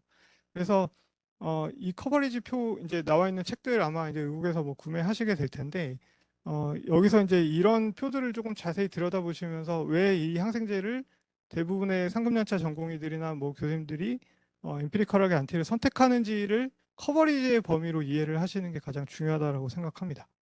대부분의 가이드라인에서 엠피리컬 안티의 시작을 이렇게 권고를 합니다. 뭐 카파페넨 모노로 준다든지 아니면 저희가 이제 앞에서 말씀드린 가장 많이 쓰는 타조 아니면 뭐 세프타지딤의 메트로니다졸, 세페핌의 메트로니다졸 이렇게 이제 보통 권고를 하는데 저희가 타조를 가장 많이 쓰는 이유가 이 왼쪽에 있는 균들을 엠피리컬하게 커버를 하려면 오른쪽은 뭔가 조금 부족해 보이잖아요. 그래서 이런 이제 여러 가지 균들을 커버를 하기 위해서 엠피리컬 안티를 타조로 선택을 한다. 이런 이제 개념들이 중요한 것이고 그렇게 해서 치료가 안 됐을 때 안티를 바꿀 때는 스트렝스의 개념이 아니라 커버리지의 범위라고 제가 계속 강조하는 이유는 이 균들이 문제가 돼서 환자가 나빠지고 있는 것이 아니라는 겁니다. 저희가 엠피리컬하게 안티를 줄 때 그 안티가 뭔가 해결하지 못하고 있는 균들이 문제가 되기 때문에 환자가 안 좋아지는 거니까 해결하지 못하고 있는 균들을 더 해결할 수 있게끔 안티의 커버리지의 범위를 자꾸 바꿔주는 게 그 항생제의 에스컬레이션을 하는 그 원칙이라는 것이죠. 그래서 이제 그 타조를 주다가 뭐 메로테이코로 올렸을 때는 저희가 MRSA라든지 ESBL 프로듀싱 박테리아들을 이제 커버를 할 수 있게 되는 것이고, 여기서 뭐 티제사이클린이나 폴리믹신 같은 안티로 뭐 안티펑가를 추가했을 때는 여기서 커버를 못하고 있던 뭐 멀티드럭 레지스턴스, 익스텐디드 드럭 레지스턴스 뭐 이런 균들까지 커버를 해주면서 환자의 지금 인펙션에서 주요한 어떤 소스가 되고 있는 박테리아를 다 커버를 해주면서 환자를 치료하는 개념으로 생각을 꼭 하셔야 됩니다. 이것만 이해하시면 뭐 그 다음에 이제 뭐 감염내과 협진을 해서 어떤 항생제 레커멘데이션을 받거나 이럴 때도 아, 쟤네들이 왜 저런 거를 레커멘데이션을 하고 왜 여기서 이 시점에서 이렇게 항생제를 바꾸자고 하는구나 라는 것들이 이해가 되기 시작할 겁니다. 그러면은 그 다음에는 협진을 꼭 하지 않아도 저희가 이제 먼저 선제적으로 환자를 안티를 바꿔주면서 매니지를 할 수 있는 능력이 생기는데, 이건 이제 어떤 스트레스 개념으로 접근을 하다 보면 그런 게 잘 이해가 안 되기 때문에 계속해서 감염내과의 회신을 기다려야 되고, 그러면서 이제 자꾸 환자의 치료가 딜레이 되는 문제들이 현장에서 굉장히 중요한 이슈입니다. 그래서 제가 이 내용을 꼭 설명을 드리고 싶었고, 사실 저는 이거를 설명하려고 오늘 여기에 왔습니다. 어, 그 항생제 주는 타이밍은 뭐 당연히 엠피리컬하게는 1시간 이내, 그러니까 sepsis 진단되고 1시간 이내에 줘라 이런 것도 이제 너무 잘 알려져 있는 내용들이고, 어, 물론 이제 몇 시간이라도 일단 주면은 가장 이제 이펙티브하다고 보이지만 여러 이제 연구에서는 1시간 이내에 주는 것들이 가장 좋다라고 이제 알려져 있고요. 그럼 항생제를 이제 며칠이나 쓸 것인가? 보통 이제 저희가 한 번 쓰기 시작한 항생제는 무서워서 잘 못 끊거든요. 끊으면 괜히 또 뭐 연락 것 같고 뭔가 이렇게 또 인펙션이 다시 되살아날 것 같고 막 그런 악몽에 시달립니다. 그래서 항생제 쓰는 기간을 최대한 길게 가고 싶어 하지만 머릿속으로는 길게 쓰면 길게 쓸수록 레지스턴스가 생겨서 이 환자의 예후가 나빠질 거라는 거는 저희가 이제 모두 다 아카데믹하게는 알고 있거든요. 그럼에도 불구하고 어떤 이제 이 피지션 엔자이어티 때문에 자꾸 항생제를 길게 쓰려는 경향이 있는데, 이제 그런 것들이 저희 후대의 내성에 굉장히 많은 기여를 할 거라고 이제 생각을 하는 겁니다.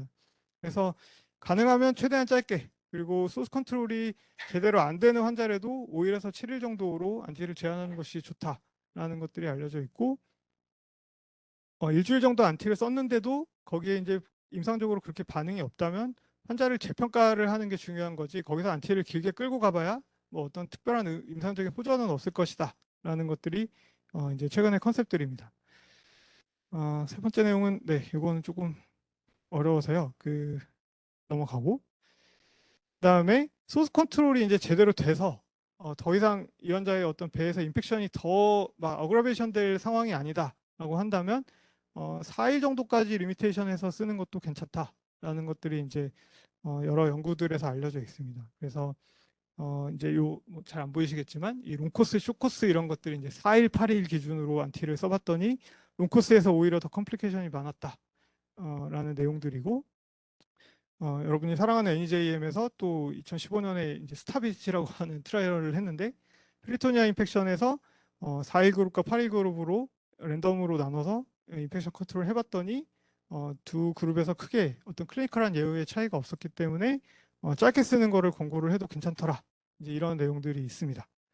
어, 뭐 중환자에서 이제 4일 쓰는 건 아마 조금 더 부담스러울 것 같고요.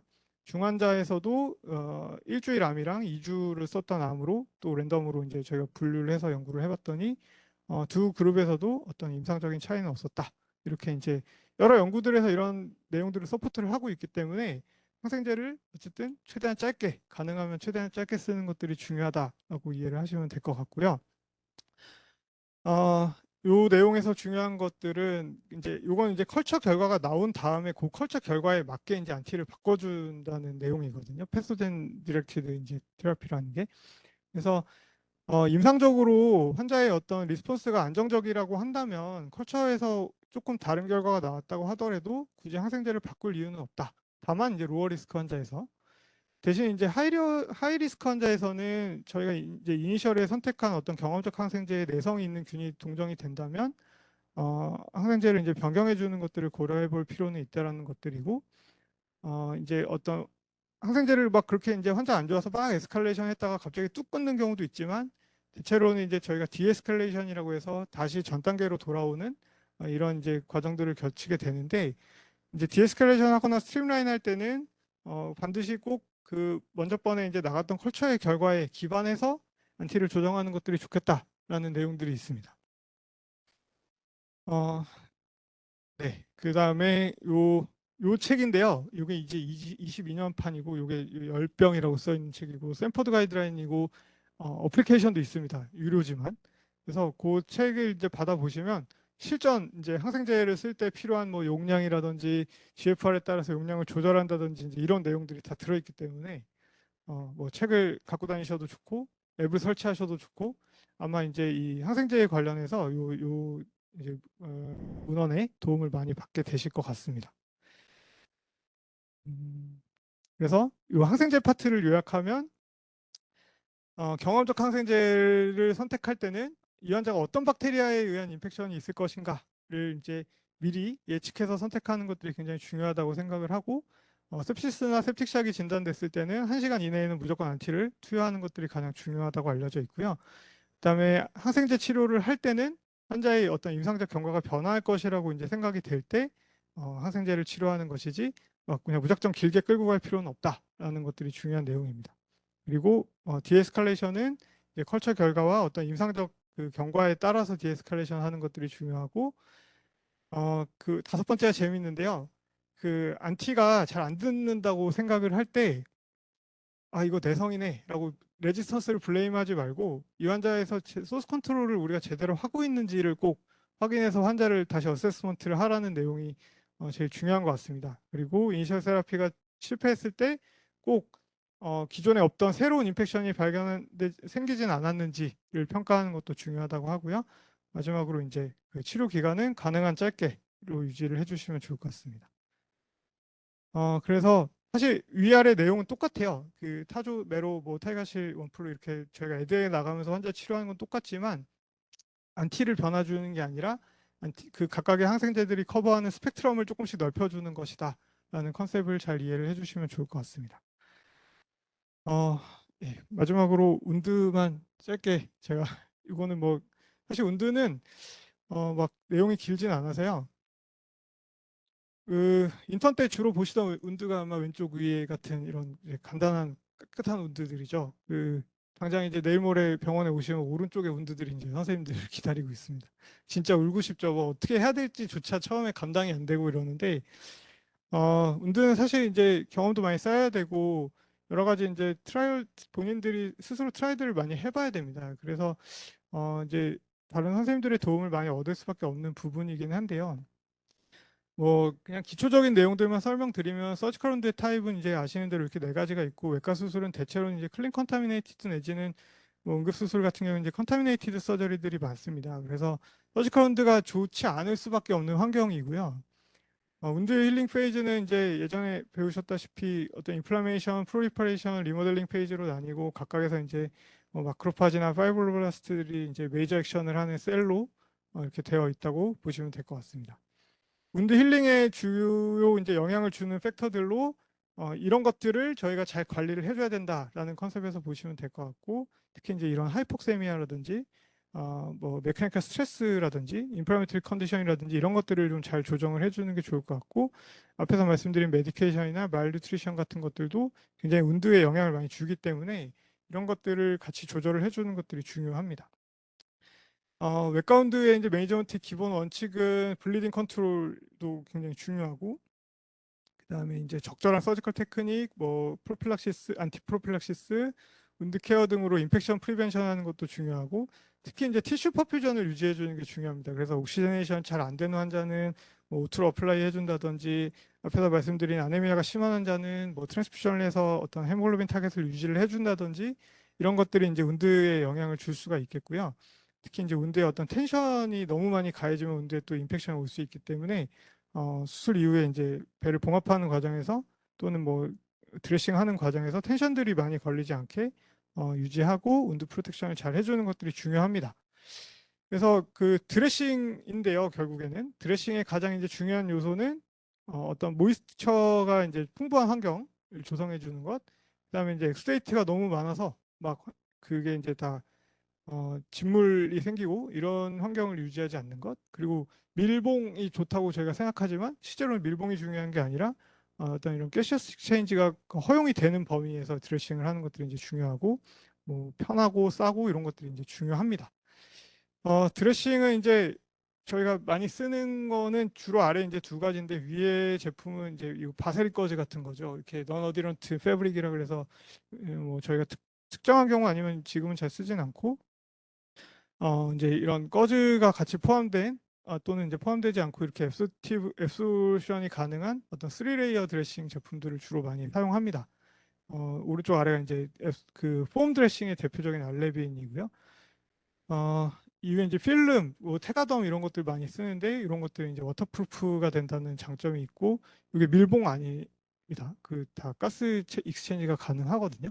그래서 이제 이런 테가덤 필름 같은 걸 쓰지만 업소션이 안 되기 때문에 이제 이렇게 엑스데이트가 많은 환자에서는 당연히 적절하지 않고, 뭐 이런 이제 지오덤 같은 하이드로콜로이드 제품들은 조금 더 운드 프로텍션 효과가 있다. 뭐 이런 제품들이 알려져 있어서 이런 것들 이제 현장에 오시면 저희랑 같이 제품들 드레싱을 이제 같이 해보면서 여러 가지들을 좀 배울 수 있을 것 같습니다. 세 가지 이 운드 프로블럼이 이제 현장에서 만나시게 될 가장 중요한 컴플리케이션들인데요. 첫 번째 이제 헤마토마 실험하고, 뭐 피가 고이거나 실험이 고이는 이런 컴플리케이션이 이제 현장에서 만나게 될 겁니다. 이게 크기가 작다면은 뭐 대개는 저절로 좋아지는데, 크기가 크다면 드레인을 해주는 게 이제 필요할 수 있고요. 그다음에 서지컬 인펙션 사이트 인펙션은 레이어에 따라서 저희가 이제 스파셜, 뭐 딥, 올간 스페이스 SSI로 구분을 하는데, 어,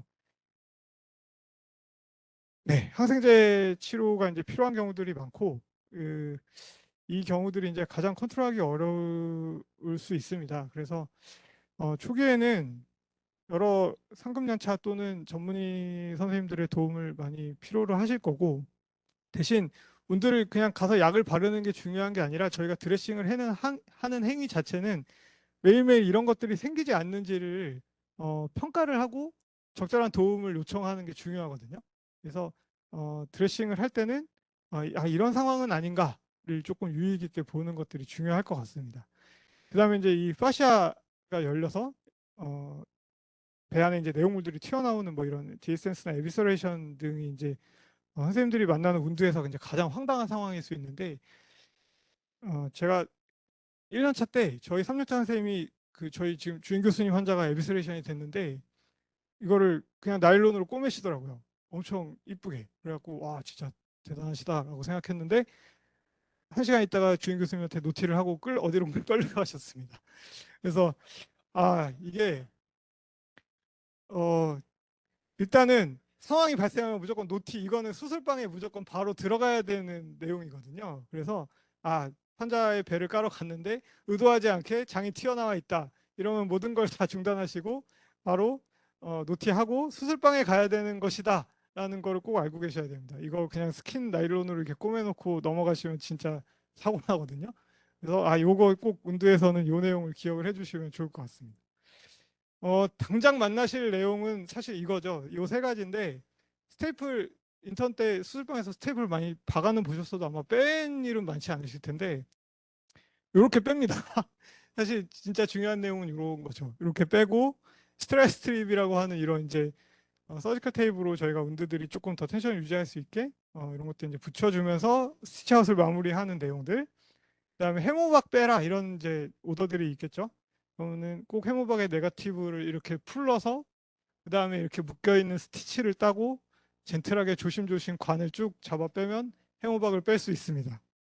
그다음에 가끔 운드를 소킹해라 이제 이런 오더들이 내려올 수 있는데, 뭐 패킹과 소킹 조금 다르긴 하지만, 소킹은 이제 조금 모이스처한 환경을 만들어 주면서 거기서 나오는 엑스데이트를 같이 이제 흡수를 하는 목적이거든요. 그래서 뭐 베타딘 소킹을 해라, 셀라인 소킹을 해라라고 하면 충분한 거즈에 충분한 베타딘과 또는 뭐 셀라인을 적셔서 이렇게 상처 안에 살짝 거치를 해놓고 위에 이렇게 두껍게 덮어서 엑스데이트를 잘 흡수하고 운드가 좀 클린한 환경으로 하도록 하는 것들이 이제 소킹 드레싱입니다. 그래서 사실 앞에 내용보다는 그냥 이런 내용들이 당장 3월에 일을 하는데 중요할 것 같아서 마지막으로 이제 정리를 해봤고요. 네, 한 시간이 금방 갔는데 사실 이제 예전에는 이런 강의를 저희 4년차가 했습니다. 근데 지금 4년차가 이제 없잖아요. 그래서 어 굉장히 이제 전공의 선생님들이 근무 시간도 다 예전만큼 길지 않고 이래서 물론 이제 비공식적으로는 깁니다만 공식적으로 길지 않기 때문에 상급연차한테 도움을 받을 수 있는 경우들이 많지 않을 겁니다. 그래서 어 일단은 저희가 눈에 보이면 언제든지 도움을 요청하시고 저희가 얼마든지 선생님들의 4년차의 역할을 해드릴 준비가 되어 있기 때문에 필요하시면 끙끙 앓지 마시고 언제든지 와서 도움을 요청을 하시면 좋을 것 같고 요 내용은 다 기억을 못 하셔도 좋은데 아 저런 식으로 공부를 해서 내가 내용을 1년 동안 2년 동안 공부를 해야 되겠다라는 컨셉만 오늘 조금 알고 가시면 좋을 것 같습니다. 감사합니다. 질문은 어, 예.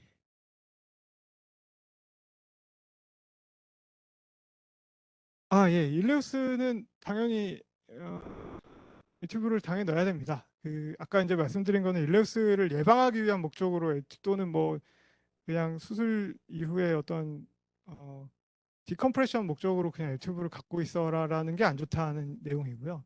실제로 이제 포스트 밸리우스가 발생을 하면 당연히 이제 그거를 디컴프레션을 해줘야 되기 때문에 유튜브를 갖고 어, 계속해서 디컴프레션을 해주면서 이제 장이 모틸리티가 돌아오는 거를 기다리는 게 이제 저희가 하는 프로시저이죠. 물론 이제 거기서 어느 정도 시간까지 유지를 했다가 뭐 안 풀려서 수술을 결정할 건가 이런 것들은 이제 조금 다른 내용이지만 윌러스가 왔는데 아, 얘 튜브 안 좋다 그랬어 그러고서 안 넣으시면 절대 안 됩니다. 네, 또 네, 네.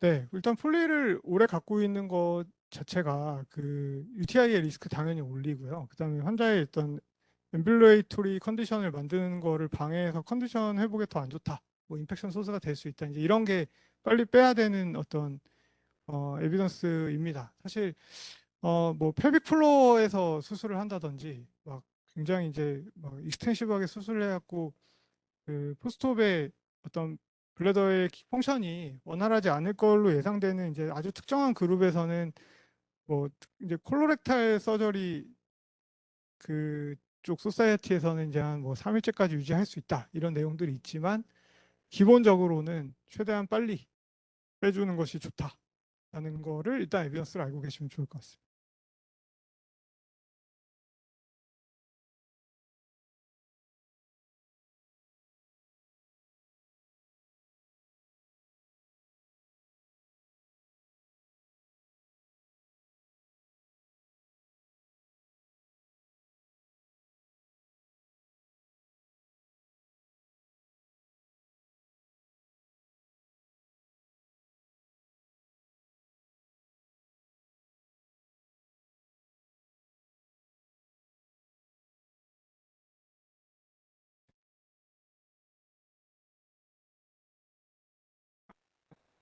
네, 그러니까 이거는 이제 메인터넌스에 필요한 양을 그 뭐 소듐을 내가 많이 준 다음에 물을 끌어오게 해서 2,400을 맞춰주라 이제 이런 뜻은 아니고요.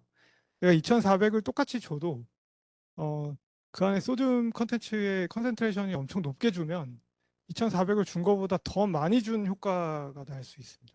아까 말씀드린 그런 이유로 줬는데 안 나가고 이런 뭐 줬더니 그 서드 스페이스에서 물이 뭐 서드 스페이스 쪽으로 물이 끌려 나가고 이제 이런 일들이 생기는 것이죠. 그래서 어, 그 소듐을 막 이렇게 하면서 조정하면서 물의 양이 어떻게 변할지 그러니까 2,400을 예를 들어서 3%뭐 NaCl을 막 줘갖고 한 500cc만 준 다음에 몸 안에선 실제로 2,400을 준 효과를 나타내라 뭐 이런 의미로 제가 말씀드리는 거는 아니고요.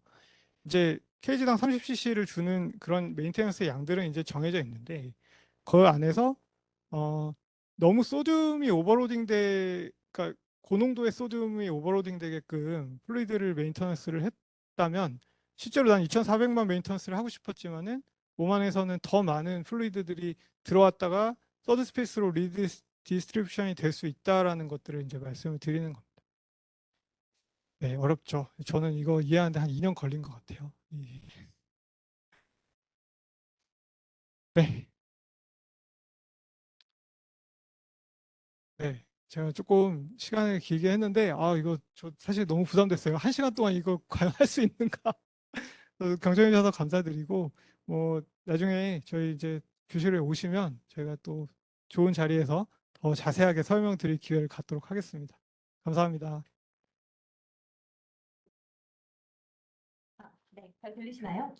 네, 반갑습니다. 저는 아까 소개받았던 의장학과 인성교육조 조민아라고 합니다. 저는 전공 연차별 수련 교육과정과 여러분들이 이제 수료하기 위해서 필요한 필수 요건에 대해서 말씀을 드리려고 하고요. 그렇게 뭐 학구적인 이야기는 아니지만 가벼운 마음으로 들으시면서 이런 것들을 챙겨야 되겠다. 그리고 여러분들이 그 연차 때는 이런 것들을 배워야 되겠다 생각하시면 될 것 같습니다. 우선은 저희가 여러분들의 수련을 챙기는 수련위원회가 교실에 따로 있고요. 워낙에는 교육위원장이신 허영 교수님께서 오늘 강의를 해주셨어야 되는데 지금 부재하셔서 대신 제가 말씀을 드릴 예정입니다. 그런데 각 병원마다 이렇게 많은 교수님들이 여러분들의 수련을 챙겨주실 거라서 보시다가 뭐 이제 많이 힘드신 거 있거나 수련에 대해서 문의하실 점이 있으시면 항상 연락을 주시거나 컨택해 주시면 감사하겠습니다. 잘 아시겠지만 저희 세브란스 병원은 이제 모 병원이고요. 자병원으로 세 개의 병원이 있습니다. 저는 이제 강남 세브란스 병원과 이제 용인 세브란스 병원, 그다음에 일산 병원이 있는데 지금 이제 일산 병원과는 그 협약이 이제 종료돼서 저희가 이제 1년 선생님들부터는 용인 세브란스로 가시게 될 거고요. 그래서 이렇게 이제 여러 가지 병원들을 돌면서 수련을 하시게 된다라고 생각을 하시면 되겠습니다. 이런 일정들은 저희가 이제 보통 한 2달 텀으로 8주 텀으로 나눠서 이제 여러 번의 텀을 돌게 되시게 되겠고 이런 식으로 각 파트마다 배정이 되시게 될 겁니다. 이제 1년 선생님들은 자신의 이름을 보면서 언제 어느 곳으로 가는지 보시면서 다른 선생님들하고 다 이제 일을 하시고 많은 걸 배우시게 될 거고요. 저희가 이제 신촌에도 병원이 이제 외과가 있는 곳이 크게는 이제 암병원과 보험과 그다음에 어린이 병원의 외과가 다 있기 때문에 병원 규모가 좀 커서 이제 암병원에는 이렇게 4개과 그리고 이제 일반외과 선생님, 조원자 일반외과 선생님께서도 같이 계시는데 이렇게 계신다라고 보시면 될 것 같고 공관과 어린이 병원에는 이제 간담체외과나 이식외과, 소아외과가 있다. 이렇게 한 8개 정도를 저희가 나눠서 신촌에서는 돌아가고 있다라고 생각을 하시면 되겠습니다. 그리고 이제 강남도 마찬가지로 여러 분과들이 있긴 한데 여기는 이식중환자 열상외과가 하나로 묶여있기 때문에 신촌보다는 분과 수는 좀 적고 마찬가지로 이제 수련 일정은 이렇게 되어 있었습니다. 그중에서 이제 한 분, 두 분씩은 용인의 파견을 또 가시게 될 건데 용인의 파견은 그러면 1년 선생님들하고 3년차 선생님들이 가실 예정이시고요. 이제 1년 선생님들은 일산은 안 가시겠지만 이제 아직 일산 수련이 남아있는 2, 3년차 선생님들은 이렇게 일산에도 수련을 가실 예정입니다. 제가 여러분들께 말씀드릴 거는 이제 연차별로 수련하셔야 되는 것들이기 때문에 제가 이제 몇 가지를 찾아봐서 우선 병원 전체 여러분들이 수련해야 되는 규칙과 그다음에 이제 외과학계, 학회 차원, 그다음에 저희 이제 외과 교실 차원에서 한번 봤는데 저는 병원에서는 뭐 이제 가장 근데 뭐 과에 관련한 것들을 세세하게 정해놓고 있지 않기 때문에 이제 일반적인 그런 것들만 뭐 규정이 되어 있고요. 여러분들은 지금 3년제로 바뀌었기 때문에 36개월 근무를 하시게 될 예정입니다. 그리고 이제 혹시 여성분들은 혹시 출산을 하시게 된 경우에는 3개월간 수련 기간이 단축되고 만약에 이제 1개월 이상 수련 기간이 모자란 경우에는 추가 수련이 필요하다. 그런 거는 간단히 알고 계시면 좋을 것 같고요. 그다음에 여러분들의 수련 시간은 일주일에 80시간을 기준으로 수련이 되게 되고 이제 연장은 8시간 정도 교육의 목적으로 될 수 있다. 그리고 수련 시간이 초과된 경우에는 사유서와 제출이 필요할 수 있다. 뭐 이런 것들이 있고요. 연속 수련 시간은 아무래도 저희가 36시간 이상 근무를 하시면 안 되기 때문에 이런 것들을 고려해서 단기 스케줄을 조정을 하게 될 겁니다. 말씀드렸듯이 뭐 이제 이런 컨퍼런스나 학회 참석 같은 것들은 이제 교육 시간으로 저희가 들어갈 수가 있게 되겠고 그 외에는 이제 저희 지도 전문의와 책임 지도 전문의라고 있기 때문에 대부분의 선생님들은 지도 전문의가 되실 거에 다 있으시고 교수님들은 지도 전문의가 되셨기 때문에 궁금하신 거 있으시면 수련 과정이나 그런 것들에 대해서 교수님들께 문의를 해주시면 될 것 같습니다. 그리고 아까 여러 다른 자병원들 말씀드렸는데 그 파견 기간은 전체 수련 기간의 절반 이상 가실 수는 없다. 이런 것도 저희 잘 챙겨서 이제 선물 짜게 될 예정이고요. 그다음에 뭐 다른 여러 가지 뭐 징계 얘기가 있는데 이제 여러분들에게 특히 부탁드리고 싶은 것들은 뭐 SNS를 많이 하시겠지만 뭐 환자 정보나 여러 가지 사진 찍는 것들 그런 것들도 많이 문제가 될 수 있기 때문에 그런 것들만 조금 더 신경 쓰셔서 노출되지 않도록 신경 써주시면 되겠습니다. 그래서 이제 저희가 가장 중요한 외과학회의 규칙에 대해서 말씀을 드릴 예정이고요. 여기서는 각 연차별 하셔야 될 것들이 규정이 되어 있기 때문에 이런 것들을 잘 챙기셔야 됩니다. 그래서 이제 저희가 2019년도부터는 3년제로 바뀌었기 때문에 각 연차별로 이제 뭐 어떻게 해야 된다라는 걸 3년제에 맞춰서 이렇게 규정을 해놓으셨고요. 퇴원 환자는 보통 한 1년에 100명씩 이제 봐야 된다. 외래 환자는 1년차, 2년차는 150명씩, 3년차 때는 100명 정도 봐야 된다 해서 이런 기록을 다 적으시거나 이렇게 다 보셔야 된다라는 규정이 있고, 수술을 이제 여러분들이 들어가서 보거나 참여를 하거나 하는 것들을 다 적으셔야 되는데, 이게 봐야 되는 개수가 정해져 있기 때문에 이런 것들 다 보시고, 그런 것에 대한 기록, 그다음에 이제 그런 것들을 저희가 이제 적어야 되는 그런 사이트가 있어서 그런 것들 기준이 있다 하시면 될 것 같습니다. 기본적으로 외과 의사가 할 수 있어야 되는 수술들은 저희가 이제 전공의 선에서는 3가지 정도로 규정을 하고 있고요. 가장 간단하게 1년차 때는 아펜덱토미를 좀 하시게 된다. 그다음에 2년차 때는 허니아, 그다음에 허니오플라스티나 허니오라피를 하셔야 된다. 3년차 때는 콜레시스텍토미 이렇게 이제 3가지를 좀 하실 수 있게 하는 것을 목표로 하고 있고요. 그다음에 이제 학회 참석은 이제 외과학회, 외부학회를 이제 매 연차당 한 번씩 이상 가시게 될 거고 원내 컨퍼런스나 다른 어떤 세미나 같은 것들에 80회 이상 참여를 하셔야 되기 때문에 여러분들이 참여하는 그런 학회나 여러 가지 세미나 같은 것들도 다 챙겨서 적어 놓으시면 될 것 같습니다. 그리고 지금은 꼭 논문을 쓰셔야 되는 건 아니고 이제 외과학회에서 발표를 해도 저희가 이제 졸업 요건에 해당이 되기 때문에 이런 것도 예전에는 논문을 써야 된다라고 됐었는데 이제 이 표가 제일 중요한 것 같고요. 가장 크게 요약이 되어 있는 표입니다. 그래서 앞에서 말씀드렸듯이 봐야 되는 환자 수, 그다음에 이제 봐야 되는 수술 수나 여러분들이 하셔야 되는 참여하셔야 되는 수술 수 이렇게 적혀 있고요. 그다음에 이제 여러 가지 이제 그 외과학회 사이트에서 여러 가지 배워야 되는 것들이 있는데 여기도 이제 분과별로 그다음에 총론이라고 해서 이런 것들이 나눠져 있기 때문에 8개 유닛으로 과별로 나눠져 있습니다. 이런 것들 3년 동안 모두 다 이수를 하셔야 된다고 되어 있고 1년차 때는 총론과 분과 한 가지, 그다음에 2년차 때는 다른 분과 3가지, 3년차 때 다른 분과 3가지. 그러면 한 개 분과가 남는데 그래도 그것도 다 들으셔야 되는 것 같아요. 이런 거 다 이수를 하셔야지 여러분들이 졸업을 하고 이제 전문의 시험을 보실 수 있게 될 거고요. 그리고 이제 외과학회 학술대회는 이제 한 번 참석해 하셔야 되는데, 이제 오전, 오후에 평점이 하나씩, 1평점씩 있기 때문에, 보통 한 3일 정도 외과학회가 있는데, 여러분들 잘 참석을 하셔서 3평점 이상씩 받으시고, 3년 동안 15평점을 다 수료를 하셔야지 졸업을 하실 수가 있고요.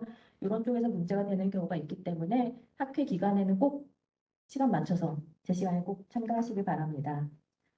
그 외에는 아까 말씀드렸듯이 예전에는 저희가 논문을 한 편 꼭 써야지 졸업을 할 수가 있었는데 지금은 이제 외과학회에서 오랄이나 포스터 발표로도 대체가 가능하기 때문에 여러분들이 1년차 때 열심히 다른 교수님들하고 컨택해서 주제를 잡고 발표를 준비하시고 가능하다면 논문까지 쓰시는 게 더 좋을 것 같습니다.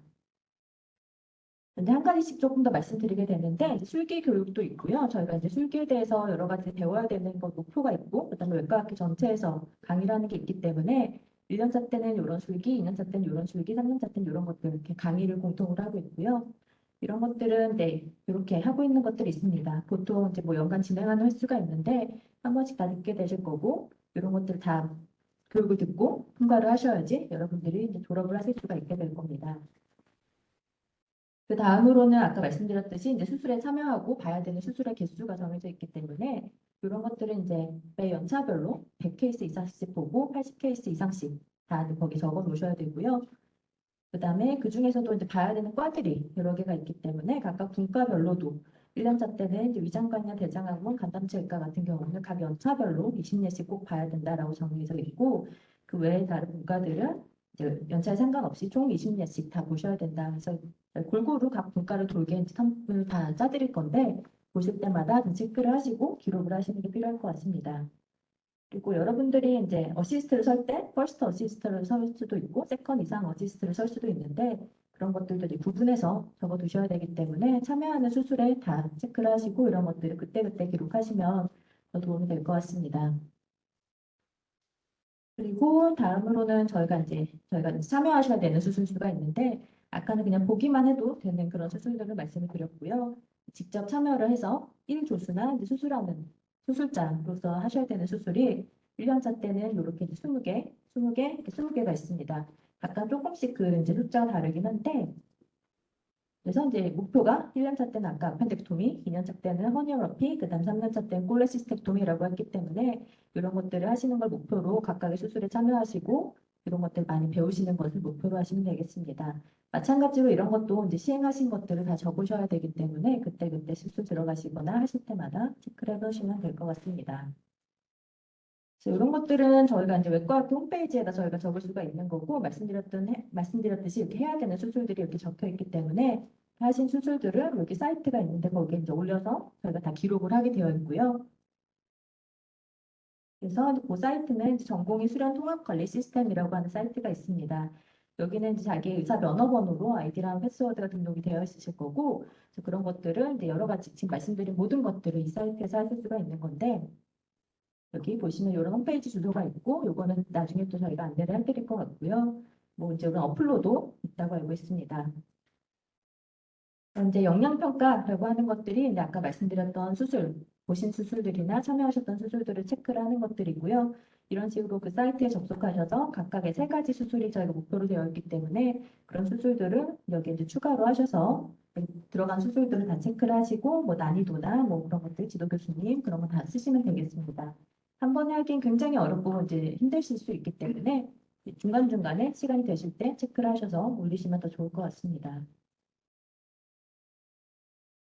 다음으로는 아까 논문도 말씀드렸는데 논문이나 뭐 전공의 선생님들이 뭐 학회에 가셔서 발표를 하신다거나 하는 것들은 여기에 다 이제 똑같이 올리게 되어 있고요. 이런 것들을 다 체크를 하셔서 여기 똑같은 사이트의 논문 메뉴에서 이제 등록을 하시면 될 것 같고요. 그 외에는 이제 참여하신 학술대회도 마찬가지로 이렇게 이제 작성을 하셔서 이제 외과학회에 참석한 것들 특히 더 챙겨서 올려주셔야 되겠습니다. 그리고 아까 이제 여러 가지 8개 유닛을 다 들으셔야 된다고 되어 있는데 이거는 이 사이트에 들어가셔서 이러닝이라는 메뉴로 들어가시면 각각 이제 들으셔야 되는 것들이 여기 다 쭉 뜰 거고요. 이런 것들을 다 들으시고 유닛을 다 이제 챙겨서 1년차 때는 총론과 다른 이제 분과 그다음에 다른 연차 때는 다른 분과들을 해서 전체 8개 유닛을 다 들으시는 걸 목표로 하시면 되겠습니다. 그리고 여기는 이제 자율평가가 있는데 1년에 한 번씩 전부 다 이제 보는 그런 시험 같은 겁니다. 모의고사 같은 거라 생각하시면 되는데 이런 것들도 이제 여기 들어가셔서 시간을 이제 정해져 있기 때문에 시간과 날짜에 맞춰서 접속을 해서 다 같이 이제 시험을 보게 될 거고요. 그래서 이제 이렇게 제일 중요한 것들은 이제 이렇게 전공의 수련 시스템 여기서 들어가서 하시면 되기 때문에 이쪽을 제일 잘 아시고 그런 걸 맞춰서 챙기시면 되겠습니다. 그리고 저희는 이제 또 외과 교실 내에서 여러분들의 수련에 대해서 지침을 만드신 게 있어서 이것들도 간단히 말씀을 드리면 앞서 말씀드린 거랑 거의 비슷하긴 하고요. 조금 더 이제 각 분과별로 자세하게 목표를 좀 삼아놨습니다. 그래서 이제 전체를 통괄적으로 저희가 총괄적으로 봤을 때 우선은 이제 1년차와 2년차, 3년차 선생님들은 각각 이런 술기대로 시행을 하실 수가 있는데 독립적으로 가능하신 것들하고 그다음에 다른 이제 2년차 선생님들이나 교수님들 지도하에서 시행하실 수 있는 것들이 있기 때문에 이런 것들을 한번 보시고 여러분들이 좀 하셔야 된다, 아니면 해보고 싶다 이런 것들을 좀 하는 걸 목표로 여러 가지를 많이 저희한테 컨택을 하시고 저희도 이런 게 있을 때는 여러분들께 많이 기회를 드리도록 노력을 하려고 하고요. 그리고 이런 것들 뭐 시술기나 시술 외에도 뭐 다른 교육이나 뭐 학생이나 인턴생 교육, 그다음에 여러 가지 이제 뭐 다른 클리니컬 액티비티 말고 아카데믹 액티비티에 참여를 하셔야 되기 때문에 이런 것들도 필요하다 생각해 보시면 되겠습니다. 분과별로도 저희가 순기 목표를 정해놨고요. 우선은 이제 이걸 정할 때는 저희가 4년제, 3년제 넘어가는 그런 과도기였기 때문에 우선 1, 2년차, 3, 4년차 이렇게 써 있는 분과도 있고 아닌 분과도 있는데 우선은 이제 전연차 때 초반에는 이런 것들을 해보면 되겠다. 그래서 각 과를 보실 때 이런 것들을 보시면서 아, 나는 이런 거를 꼭 해보는 게 좋겠다. 그래서 이런 거를 기본적으로 해보시는 게 이런 분과의 여러 가지 이제 저희가 진단하고 치료하는 것에 여러분들이 이제 더 이해를 할 수 있고 참여를 할 수 있는 이제 기회가 된다라고 생각을 하시면 되겠고요. 이제 대장내과는 각 연차별로 다 적어주셨기 때문에 결국엔 목표는 마지막에 가서 그 분과에서 하는 수술을 여러분들이 시행하실 수 있는, 독립적으로 시행하실 수 있는 걸 목표로 하기 때문에 이제 가장 기본적으로는 여러 가지를 기본적인 그런 이제 검사들을 알 수가 있고, 그다음에 검사 소견을 이해하실 수가 있고요. 점점 더 복잡한 술기로 넘어간다라고 보시면 될 것 같습니다. 간담제과도 이제 여러 가지 이렇게 1, 2년차, 3, 4년차로 나눠져 있지만 이제 초반 1년차와 뭐 2년차 초기, 그다음에 2년차 후반부랑 3년차 이 정도 생각해 보시면 되겠고요. 간과 담도, 췌장, 비장 이렇게 이제 파트별로 다 생각을 해보시면서 이런 것들 목표로 해보시면 되겠습니다. 그리고 이제 갑상선 내분비내과는 이제 갑상선을 주로 보시고 여러 가지 부신도 보시고 하시는데 지금은 정식 명칭은 내분비외과로 바뀌었다고 합니다. 근데 저희는 여기 적혀 있는 대로 우선 이렇게 써놨고요. 마찬가지로 갑상선과 부갑상선 부신 수술에 대해서 이제 이런 식으로 나중에 집도하거나 이제 일조수 역할을 수행할 수 있는 것을 목표로 하고 있습니다. 유방외과도 마찬가지로 이제 초반과 나중에 조금 더 시니어 상급 전공의가 됐을 때 하실 수 있는 것들, 하셔야 되는 목표들을 적어놨고요. 이식혈관외과도 마찬가지로 이제 신장 이식과 간 이식 파트가 있고 또 혈관 파트가 있으시기 때문에 이런 것들을 이제 여러분들이 똑같은 분과를 최소한 2번 이상씩 돌게 되실 거고 하는데 초반에 돌 때 목표와 그 다음에 돌 때 목표를 이렇게 갖고 이제 수련에 임하시면 될 것 같습니다. 소아외과도 굉장히 다양한 이제 시술이 있기 때문에 이런 것들을 어떻게 해보면 좋겠다라고 적혀 있는 게 있고요. 이제 일반외과와 중환자 외상외과도 마찬가지로 이렇게 중환자 관리와 급성 복증 외상에 대해서도 목표를 갖고 있습니다. 저희가 그런 거 말고도 우선 제일 중요한 거는 수술방에서 여러분들이 옵저베이션하고 많이 배우는 거기 때문에 아까 이제 수술 몇 개 봤는지 써야 되는 것도 있고 하니까요. 수술실에 최대한 많이 들어오셔서 바쁘시겠지만 많이 여러분들이 이제 보고 배우는 시간 되셨으면 하고요. 그 외에도 이제 교실에서도 이제 여러 가지 아까 얘기했던 거 외과 전체 그런 트레이닝 말고도 여러분들을 위해서 트레이닝을 많이 할 거예요. 그래서 그런 트레이닝에도 많이 참여를 하시고 많은 것들을 배우시면 좋겠습니다. 이런 식으로 저희가 이제 많이 뭐 병원 안에 로봇 센터도 있기 때문에 원하시면 로봇 트레이닝도 예약을 해서 진행할 수 있도록 도와드릴 수 있고요. 그리고 뭐 다른 내시경 같은 것도 이제 여러 가지 이런 모델이 다 있기 때문에 많이 최대한 기회를 갖고 원하시면 저희가 또 이제 더 많은 기회를 드릴 수 있도록 노력을 해보겠습니다. 그래서 제일 중요한 건 앞에서 말씀드렸듯이 외과학회 이렇게 정해놓은 여러분들 졸업을 위해서 필요한 요건이기 때문에 행정적으로 꼭 필요한 거라서 항상 이걸 마음에 담아두시고 나중에 몰아서 하려고 하면 굉장히 힘들기 때문에 시간 나시거나 텀체인지 할 때마다라도 체크해서 수술 들어간 거 다 체크를 하시고 각 과에서 무엇을 배워야 되는지 각 연차별로 무엇을 배우고 어떤 걸 목표로 해야 되는지 생각을 하시면 되겠습니다. 네, 그래서 좀 간단하게 말씀드렸는데요. 질문 혹시 있으실까요? 네, 없으면 여기서 마치겠습니다. 즐거운 외과 오신 걸 환영합니다.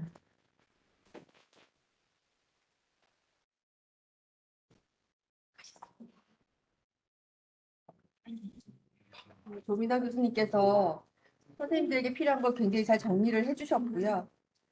지금까지 이제 교수님들이 강의를 해주셨는데 이제부터는 이제